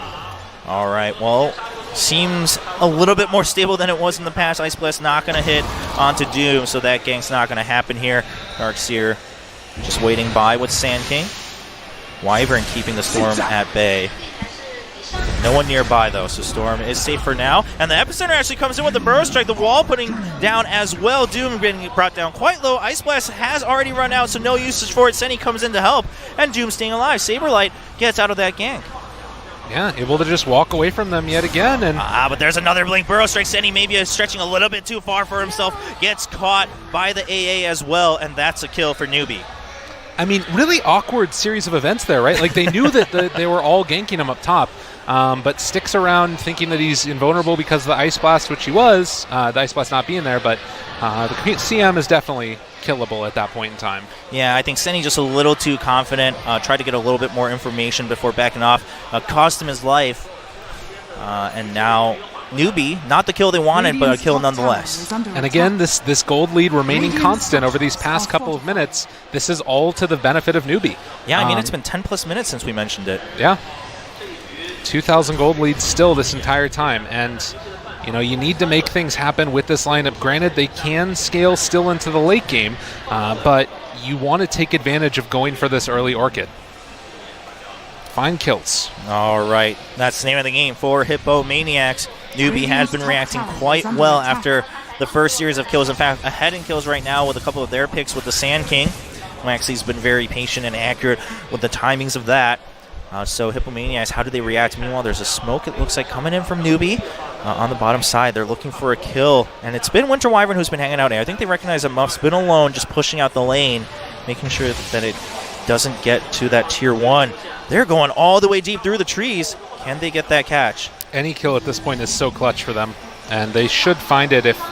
Well, I guess they're just going to TP away. Never mind. All right, yeah, Muff sensing something's up as well. They just say, all right, you want to push the tier 1, go ahead. We're going to focus fire somewhere else, and it's going to be this top side. Darkseer's here. The Iron Show's been put down. There's the Surge, but there's the Omni Slash. He's been rooted right in place. No exit, and that's going to be a kill for Hippomaniacs. They're going to try to turn onto this tier 1 as well. So is it just going to be a trade between the tier 1s? It looks like it. Newbee just committing as well. They can't get up to the top lane now. It's too late. Yeah. And this has bought the time, though, for Storm Spirit to get his Yule Scepter. Should be either delivered or coming back on the courier in just a moment or two. Likewise, you see the Echo Saber done for the Sven, so he's not an easy kill either. Oof. It's a lot of the items coming online for Newbee. If I was Hippomaniacs, I would not be feeling comfortable at this point. You're still way stronger. Oh, but Sand King's been spotted. He burrow strikes through the trees, tries to sandstorm out of there as well. There's the dust being used, but they can't chase through the trees just yet. Sand King safe for the time being. Ice Blast coming in, hits 3 people. Sven's teleporting in. Hippomaniacs needs to watch out, but Doom's caught in place. He's getting brought down so low there. The stun Storm Spirit comes in. SCCC feeling pretty good for himself right now. They're charging in. Senny to almost get stopped, but he gets out. And meanwhile, we do see SCCC almost going down the Yules. Saves it from the curse. He blinks out of there. Is it going to be enough? No, he dodges the hit again. SCCC, don't play with our hearts. That was so sick. That was so sick. Give that man a close-up. He deserves it. Able to dodge away from not just the Sonic Wave, but afterwards the Splinter Blast hit that was coming in as well. So just really, really heads-up play coming from SCCC. And they lose the Doom and the Wyvern. And that is going to be one of the moments when we look towards the end of this game. If Newbee win it, that might have been one of the turning points. Yeah, I mean, really well fought by Newbee. They're able to pressure Hippomaniacs at the right timing and take out 2 kills to boot. Because you're starting to get all of these other items online, right? Like the pipe from Darkseer, he's getting levels in Vacuum. The team fight combo that's going to come out from Newbee very shortly is going to be so devastating. A Vacuum into a Stormhammer with the Burrow Strike afterwards, whoever gets caught in that is just going to die. All right, Newbee feeling a lot better now. Hippomaniacs definitely lost a little bit of their confidence, definitely a lot of their momentum. The gold starting to being brought down as well. It's pretty much even. 20 minutes in, only 1K gold lead for Hippomaniacs, but they haven't even been able to really take advantage of some of the pressure they had early on. The towers have been static. The tier 2s all standing tall for Newbee. A little bit of a catch here on Fenrir. They'll pick up that kill. I think this is going to Roche time, honestly. I think that you need to force some type of an objective. It looks like they're instead going to go towards the tier 2 top tower. They don't know if AA has buyback, but you need to get an objective here. You can't just passively farm against this lineup of Newbee. Yeah, they're focusing on the bounty runes and then, like you said, rotating topside, but it is going to take quite some time to get there. Fenrir's going to spawn back in. And SCCC has a regen rune available to him right now as well. Bottled up, and this is one of those items, one of those timings. Could be very deadly for Hippomaniacs if they take a fight with that regen rune available. Yeah, I mean, he's ready to fight. He's happy just hanging out. He's putting the pressure down on the bottom side of the map. So Hippomaniacs recognizing this, they're committing to this tier 2. Can they secure it and get out? I mean, that's been the question in that last fight. Supreme just working on it. They're keeping their eyes out. Juggernaut in mid. Curry just keeping an eye onto that Sand King. They're just going to trade blows a little bit. Getting some vision as well while they're on this side of the map. In the enemy jungle, Hippomaniacs take down the tier 2 on the top side. Meanwhile, Newbee not able to commit quite so much yet on the bottom side. Doom teleporting in to secure that. But gotta watch out a little bit. There's a lot of members of Newbee hanging out. Oh yeah, most definitely. And they scan. They know that they're up here, and Hippomaniac's not going to put anybody in harm's way without having an exit plan in place. Senny's here, shows himself, gets the root, and there's the Winter Wyvern as well. Doom shows up, Sand King going down. There's the kill, and now Newbee doesn't have an answer. He surged the Sand King. Oh, are they going to... No surge for Darkseer. Is he caught out way too far? They're just chasing through. Curry's showing up. Curry's ready for the kill. He just wants one more on the scoreboard. That's going to be it. Supreme actually picking that up right at the end. and one of those moments where you want to try and save somebody from the Doom, but it was already far too much damage, and it just ends up being him dead. Even if he had his second round of Surge at that point, the Doom having the Purge creep means he can just take it off of him as soon as he casts it. So it doesn't even matter. That guy was dead at that point, and now again, another opening for Hippomaniacs here to take advantage of finding these kills. And if you start to get into the BKB for the Queen of Pain, there's really not that much that Newbee can do. All right, so Hippomaniacs regaining a little bit of control. Gold still quite even. Hasn't really moved a bit from that 1K gold lead that they're barely holding on to. But like you said, making the moves they need to. A little bit, of course, thanks to the mistakes coming out from Newbee. Uh-oh. Oh, there's a double burrow strike coming in, and SDCC's ready for the Ice Blast coming in as well, and that's a quick kill onto Senny. Can they get another one? The Curse comes in just to save them some time. Fenrir's still hanging out. Curry comes in just in time. Curry's trying to get a lot of kills. Supreme with the BKB pop. He's just walking forward, and Newbee recognizes that danger. Like you said, Lyrical, they're backing off. Good heads-up play there to back out. A huge clutch curse there. Doom goes down if you don't get that winner's curse off in time. And the other big thing that came out was the Omni Slash. And now, having a couple of those heroes taken down, the Sand King, the AA, those are pivotal parts of the team fight, and they can walk right into Roche, force the engagement. If Newbee want to come and contest, they're more than happy to take this fight at this point. Yeah, no fear of the burrow, no fear of that Ice Blast. So Hippomaniacs just taking that Roche. It looks like Newbee is just going to let it happen. SECC is a little curious, but is that going to cost him his life? Has to be careful about the Orchid play coming from the quad. Oh, the Ice Blast comes out in time. AA from the base. It's down onto that. And there's the wall coming in from Darkseer as well. That chases them out. Roche is so low. All right. Danger, danger, Will Robinson. You guys got to commit or get out. Yeah, Hippomaniacs a little bit lost right now in their pathing. They don't want to give up the Roche to Newbee, but they also don't want to run away just yet. God, and it's so low. They can't do this, though. Like, Storm Spirit has a full mana void. They need to go for when the Winter's Curse is back up. They're committed with that smoke. They're looking for another kill. If they can Winter's Curse, that's one of the ways that you can make this work.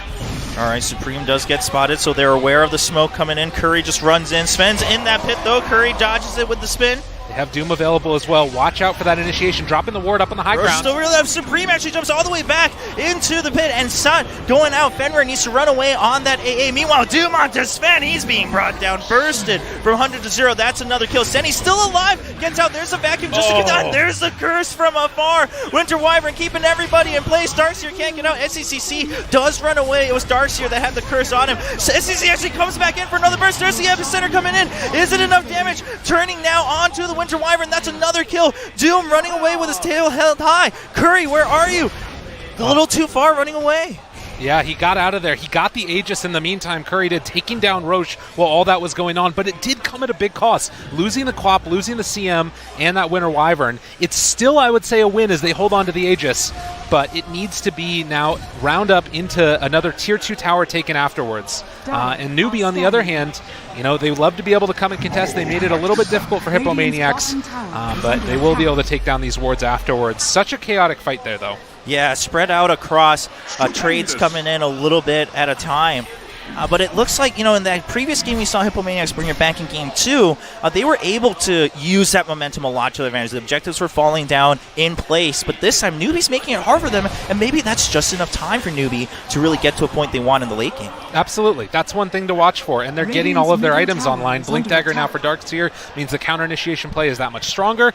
We've seen a couple of those moments, right, where you have the big opening onto several different heroes, and Wyvern is the guy that's the bulwark there, creating a separation where you keep the rest of your team alive with a clutch Winter's Curse. If Storm Spirit can find that Wyvern, whether it's because he picks up like a, you know, Lincoln Sphere to interrupt the curse, or he just jumps in on top of them with like a Shiva's Guard, getting some extra vision, suddenly Newbee will win all of these fights. All right, SCCC jumping all the way forward for a quick pickup here. Senny caught out all alone. Not going to get out, of course. SCC with one more auto coming through. Doom now trying to chase through, but there are a lot of members. The Aegis actually has been popped. Curry now left all alone, too. Hippomaniacs, they're split all the way away from each other, trying to get spot, but Curry just has to run. You can't stay and fight this. There's a Winter's Curse. It's just going to keep him alive. Oh, Darkseer barely gets caught back, but the Burrow strike to chase through, and SCCC jumps all the way forward. The Ice Blast is coming in. Hippomaniacs, you need to run away. The wall is there. SCCC yules himself to get out safely.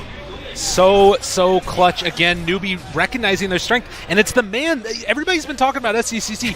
Gia has had like the tournament of his life. He has played so clutch. He solo killed the Juggernaut there and was able to completely turn this one back around. Now 1,000 gold lead for Newbee, and this is the point that we all knew it could eventually come to. So much team fight from Newbee. They're forcing Hippomaniacs to play a different style of Dota, banning out all their team fight heroes and taking them for themselves.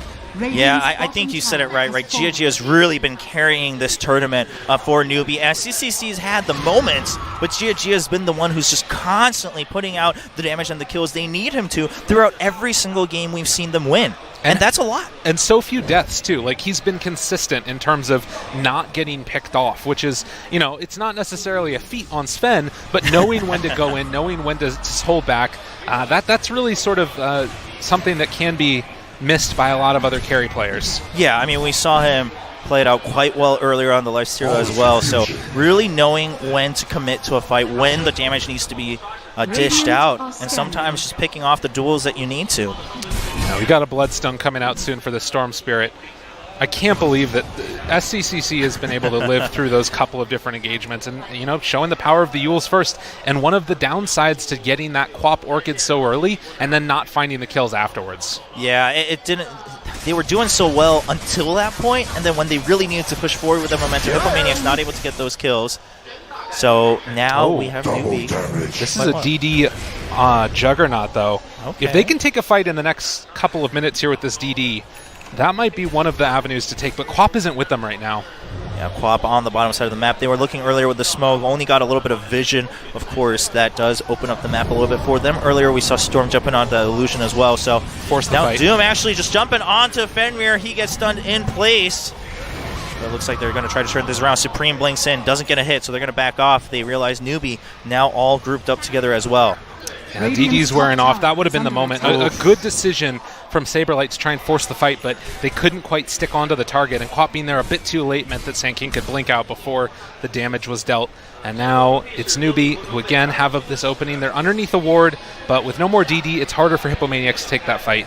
Yeah, I think Hippomaniacs just has to kind of wait for another pick before they can start a fight, but Newbee not leaving that up to chance. I mean, we've seen SCCC. He can roam off now on his own with the Yules and, of course, with where Storm Spirit is now in the game. But the rest of the team staying grouped up. So Supreme just branching off to farm what he can. I mean, the Winter Wyvern is the key part of Hippomaniac's draft now, because previously we've seen these Winter's Curses. You look at it, there's 3 melee heroes, 2 of which are cores on Newbee. If you're able to catch the Storm Spirit nearby those guys, afterwards you have the follow-up Hoof Stomp coming from the Doom, and then you can immediately Omni-Slash afterwards and kill almost all of them. That has to be their play here. So Winter Wyvern, clutch ulti, that's the way they win this game. Well, you know, the problem with relying on a perfect combo means that it relies on the other team as well. Lyrical and Newbee. It's true. Not really giving up the chance just yet, but hey, we've seen mistakes happen before, and we've seen some clutch timings, especially from Hippomaniacs. That game, too, they had some amazing curses as well, so we'll see if they can pull it off. The gold lead's still not entirely in favor of Newbee. It's been a swing, but only a total swing of 2K from Hippomaniacs now going in lead toward Newbee, and we're 30 minutes in, so it's still been pretty close, and the early pressure that Hippo's got has helped them a little bit. I mean, the plus side, though, at least for this instance of the perfect combo that they need to get, is that with those melee heroes, you are just inherently are going to be together because that's where the fight is taking place. And there's so many little choke points in Dota now that they're going to be next to each other. The big thing is going to be, can Newbee find that Wyvern before she gets the ulti off? Yeah, they're going to have their eyes peeled. They're looking for a target. They are going to see This is not the target. Yeah, this is not the target, but they're still jumping in. Storm Spirit, SC jumps in, pulls him through. There's an Ice Blast, and they're actually just going to kill him. They commit a lot to it, though. There's a curse coming in, but SCCC has been free to jump onto Senny. SCCC yules himself now to stay alive. Curry jumps in, but doesn't get a kill. He turns back on SC. He's been silenced with Oregon. Can they burst him down before he gets out? They get SCCC. Now turning this around, but there's the vacuum into the wall, into the epicenter. It's a full combo from the wrong team, and Newbee picks up all the kills. Holy hell, that was beautiful. Oh my god, the Winter's Curse afterwards was the beautiful setup for all of Hippomaniacs to die. Not the way you want the combo to go, as they absolutely destroyed them. My god. Newbee just standing by for the right moment, and they saved everything for that kill. I mean, again, you look at it, they used the Doom on the Storm Spirit. Great, wonderful. But the problem was that the Omni Slash got used immediately onto the Sven, and then they just Glimmer Caped him and walked away. The Omni Slash ended after like 2 hits. Yeah, that did nothing for them, and now the Fortify coming in, but it's only just buying time. Still so much left on the clock for Hippomaniacs. Aseni comes out. It's going to be the Tier 3, potentially the Rax with how much time is left on these other heroes. Yeah, it looks like Newbee's fully committed on this one. So devastating. Such a devastating combo. And, you know, you talk about it, the range of Vacuum as you get up to these higher levels, the talent that you get on Darkseer, it just makes it so any fight that you take around any kind of a choke point is just going to result in these types of a play. And we talked about it, man. Burrow Strike, Stormhammer, Vacuum. It's problematic. Yeah, they had no way out of that wall, out of that epicenter, and Hippomaniacs just had to wait for themselves to melt all the way down to 0, getting sent back to base. So Newbee now just completely getting the lead from 1K all the way to 9 with those kills and the racks to boot. It's not an impossibility to win this game for Hippomaniacs, but it is very, very hard. There's still a lot of the same things that they're going to need to try and do. Find the big Winter's Curse there onto a key target. I mean, again, if you think about the way that fight looked completely one-sided, right? Part of the reason that happens is because 2 of the ultimates did absolutely nothing. Yeah. If you make those ultimates do anything, the fight looks a lot better. Yeah, I mean, SCCC being just outside of range of that curse definitely didn't help, able to jump back onto Seni. Seni really wasn't able to put down any abilities before he went down. And like you said, the Omni Slash just being negated entirely. Well, I mean, part of the problem, too, is that it was only onto the Storm Spirit, the curse that meant that the rest of them was back behind. So if you're doing it like that, it's not really going to work. Well, they're going to jump onto the Sven, but they're in for a surprise as the entire team of Newbee's there. There's the Surge. He's got the Doom on him, but Sven's just running away. And there's a Eul's just to secure the escape. And now turn around, run back in, take the fight. Hippomaniacs realize we cannot be here anymore. And they're going to leave, vacate the area. It's been rough. I mean, Hippos, they're, like you said, especially on the side of Saber, like he's been looking to make those proactive choices, trying to get a little bit of damage and trying to force the fights, but they're not really entirely in place, and sometimes Newbee's just even better prepared. Absolutely. Newbee has been right. I mean, you recognize the main way that you can start a fight. For Newbee, it's any number of ways. It's a Vacuum opening, it's a Burrow Strike opening, it's a Stormhammer opening, it's SCCC just losing his mind and jumping onto your face.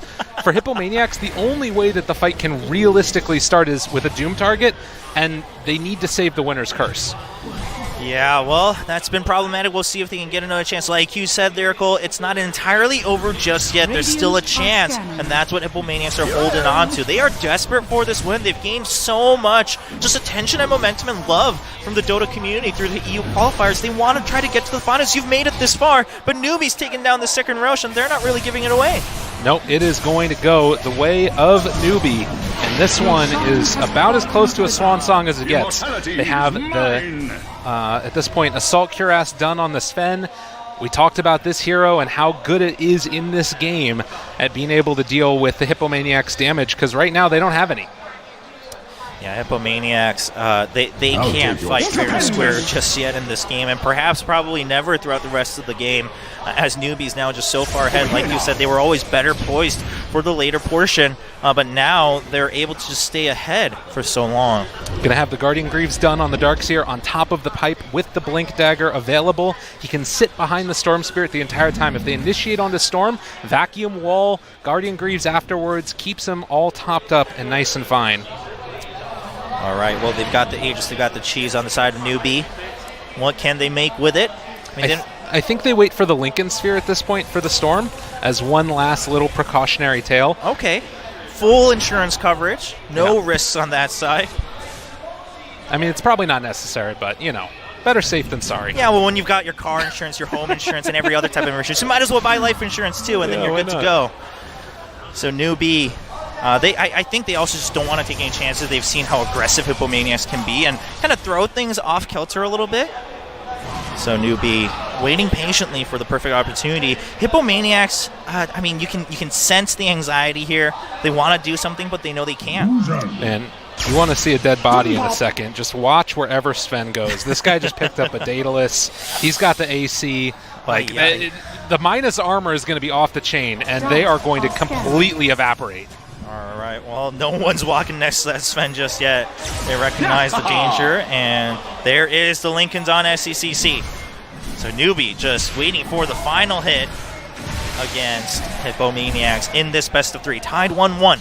One game away from the grand finals, where Signal Ultra from the Philippines awaits in WCG 2019 in Xi'an, China. Now, one thing to be a little bit worried about, all of these heroes bought out for items, which means their team fight is way better, but if they lose the fight, Newbee, that is, none of them have buyback. Hippomaniacs, that could be their window. And again, just the perfect curse. Can it happen for them? They haven't really had a great one just yet. They've had a couple of good ones. They've had a couple for saves, but nothing that entirely turned the fight around. And that's what you're committing to when you pick up their Winter Wyvern. And you can see Newbee actually, they recognize, all right, none of us have buyback. We're going to play it a little bit safer than that and try and sit back and farm up, push out this bottom wave, and they're setting up right now on the Quap. Yeah, and the Quap does get stunned, and SCCC comes in all the way through. That's so much damage, a lot of commitment, but they don't care. The Ice Blast used as well, just in case Quap has an exit. But what really matters is now there's only 4 members on Hippomaniacs. And we talked about a lack of buyback. Right now, Queen of Pain, she just gets it back, actually, finishing off. I think she sold something after she bought it in her inventory. So now she does have buyback available. Yes. Could be they're going to have to use it here. Yeah, I mean, I think you can't risk it anymore. You have to commit. You have to just fight for your lives when you're Hippomaniacs. Still no buyback yet for the Sven or the Storm Spirit, but everyone else on Newbee is able to join back into the fight should they get taken down. And, of course, Sven and Storm Spirit have the pickups from Roche. Curry going in. Yeah, just staying out. SCCC goes in for the separate pickup and is able to get a lot of damage, and then Sven jumps forward, but Curry hides away. He's jumping back in. Can they get the kills? Doom now forward with the BKB. SCCC needs to watch out. Runs away. The Omni Slash is turned against them. Omni Slash against them. Doom gets brought down quite low. Yules for SCCC. The Ice Blast not really going to hit anyone except for the Doom. Can they get that pickup? A couple more hits. And Doom gets taken down. Fenrir picks up 1 kill. Quap uses her ultimate, but it doesn't really matter. There's still so much health left. And he goes back in, and there's another vacuum against the wall. And now everyone from Hippomaniacs crowded around themselves. Senny just trying to use his ult to keep the game alive. We have the buyback coming in for Winter Wyvern, but it's not going to matter. SCCC is still alive, and he's got the Aegis to boot. Oh my god, and he's able to dodge away afterwards from absolutely everything. Living through it all. Beautiful play from Newbee. He dodges the Splinter Blast, is not going to be killed off. 19,000 gold lead, and I think it's time to type those 2 magical words, Hippomaniacs, because this one is looking over. Yeah, I mean, the damage just isn't there, and the collaboration from Newbee seems so much more on point. Curry gets caught once again. SCCC is not afraid of anything. In fact, he might just want to come back alive with the Aegis because he was low on mana. And meanwhile, the Burrow Strike comes in. Another Ice Blast against Curry, and Supreme barely blinks out right in time. But Winter Wyvern gets caught in the stun, just trying to stay alive with the heal. Not going to be enough. Curry, you can't save anybody right now. Unbelievable. The Lotus Orbs coming into play, both saving the Storm Spirit's life and turning the Omni Slash against Hippomaniac's own team. And it is looking from bad to worse yet again.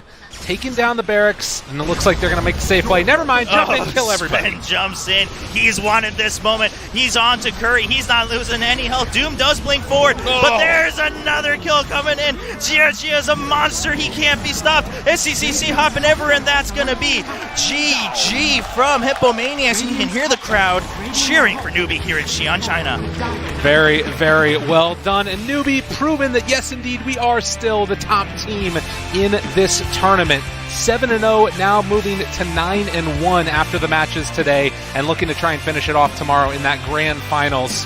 Chobra, I'm excited to see what happens there as Newbee finish this one off here in this best of 3. Yeah, they win 2-1, but Hippomaniacs did give them a run for their money in Game 2, of course, but even early on in this game. But I think the confidence, the experience, and just the idea of how much calculation goes through Newbee's head when they're playing against teams like this really show through. The biggest thing to me that really was the defining moment was the draft bans at the very beginning of the series. They ban out the Phoenix, they ban out the Tide, and then they ban out the Oracle, which allows them to take the Darkseer for themselves.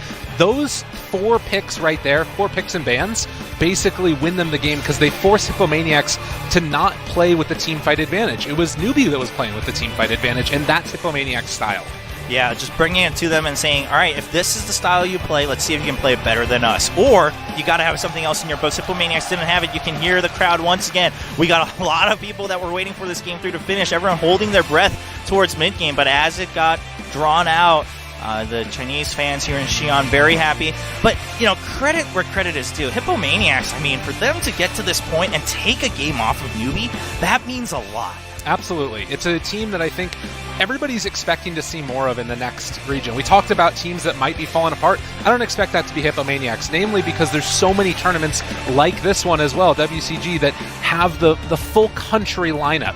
And for a team like this, they have an opportunity to play on a stage, win some real money, and also grow together. So I'm expecting them to stay together. I'm expecting them to do big things next year. And of course, they've got another match in just a few minutes. Yeah, they're not completely done yet. Later this afternoon, we do have, it's going to be Hippomaniacs from the Czech Republic going up against CDC, so another Chinese team. But they've got what it takes, right? They lost them in the round robin, actually, which is what put CDC in rank 3. But of course, I would say that CDC's morale is probably a little bit more broken. Yeah, man. Hippomaniacs is probably okay to be happy right now. It's a feels bad, man, for CDC, yeah. That's for sure. Like, you get knocked out of the TI9 qualifiers by 1 game to RNG. You come to this.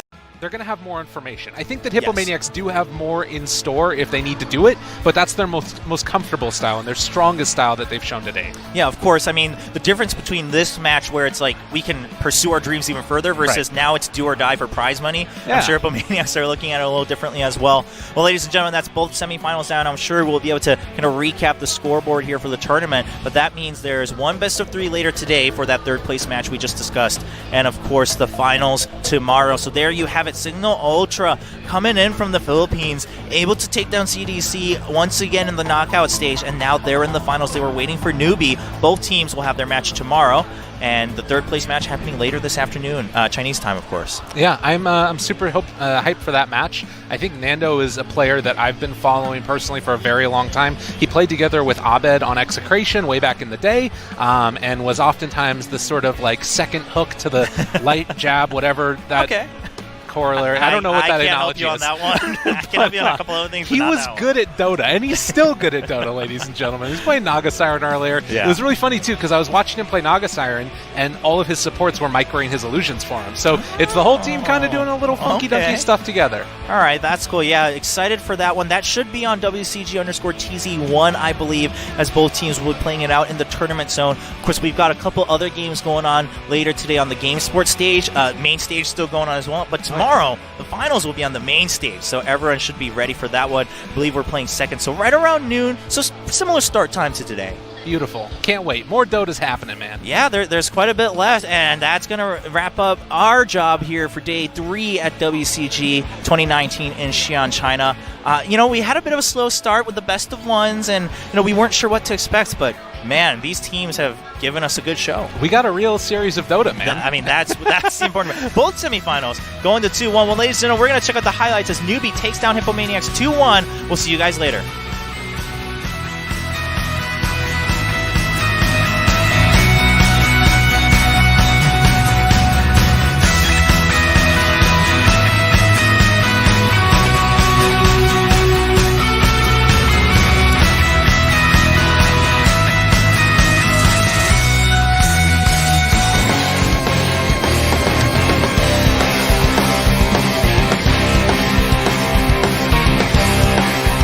Radiant's bottom tower is under attack.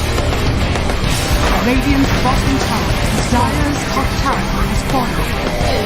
Radiant's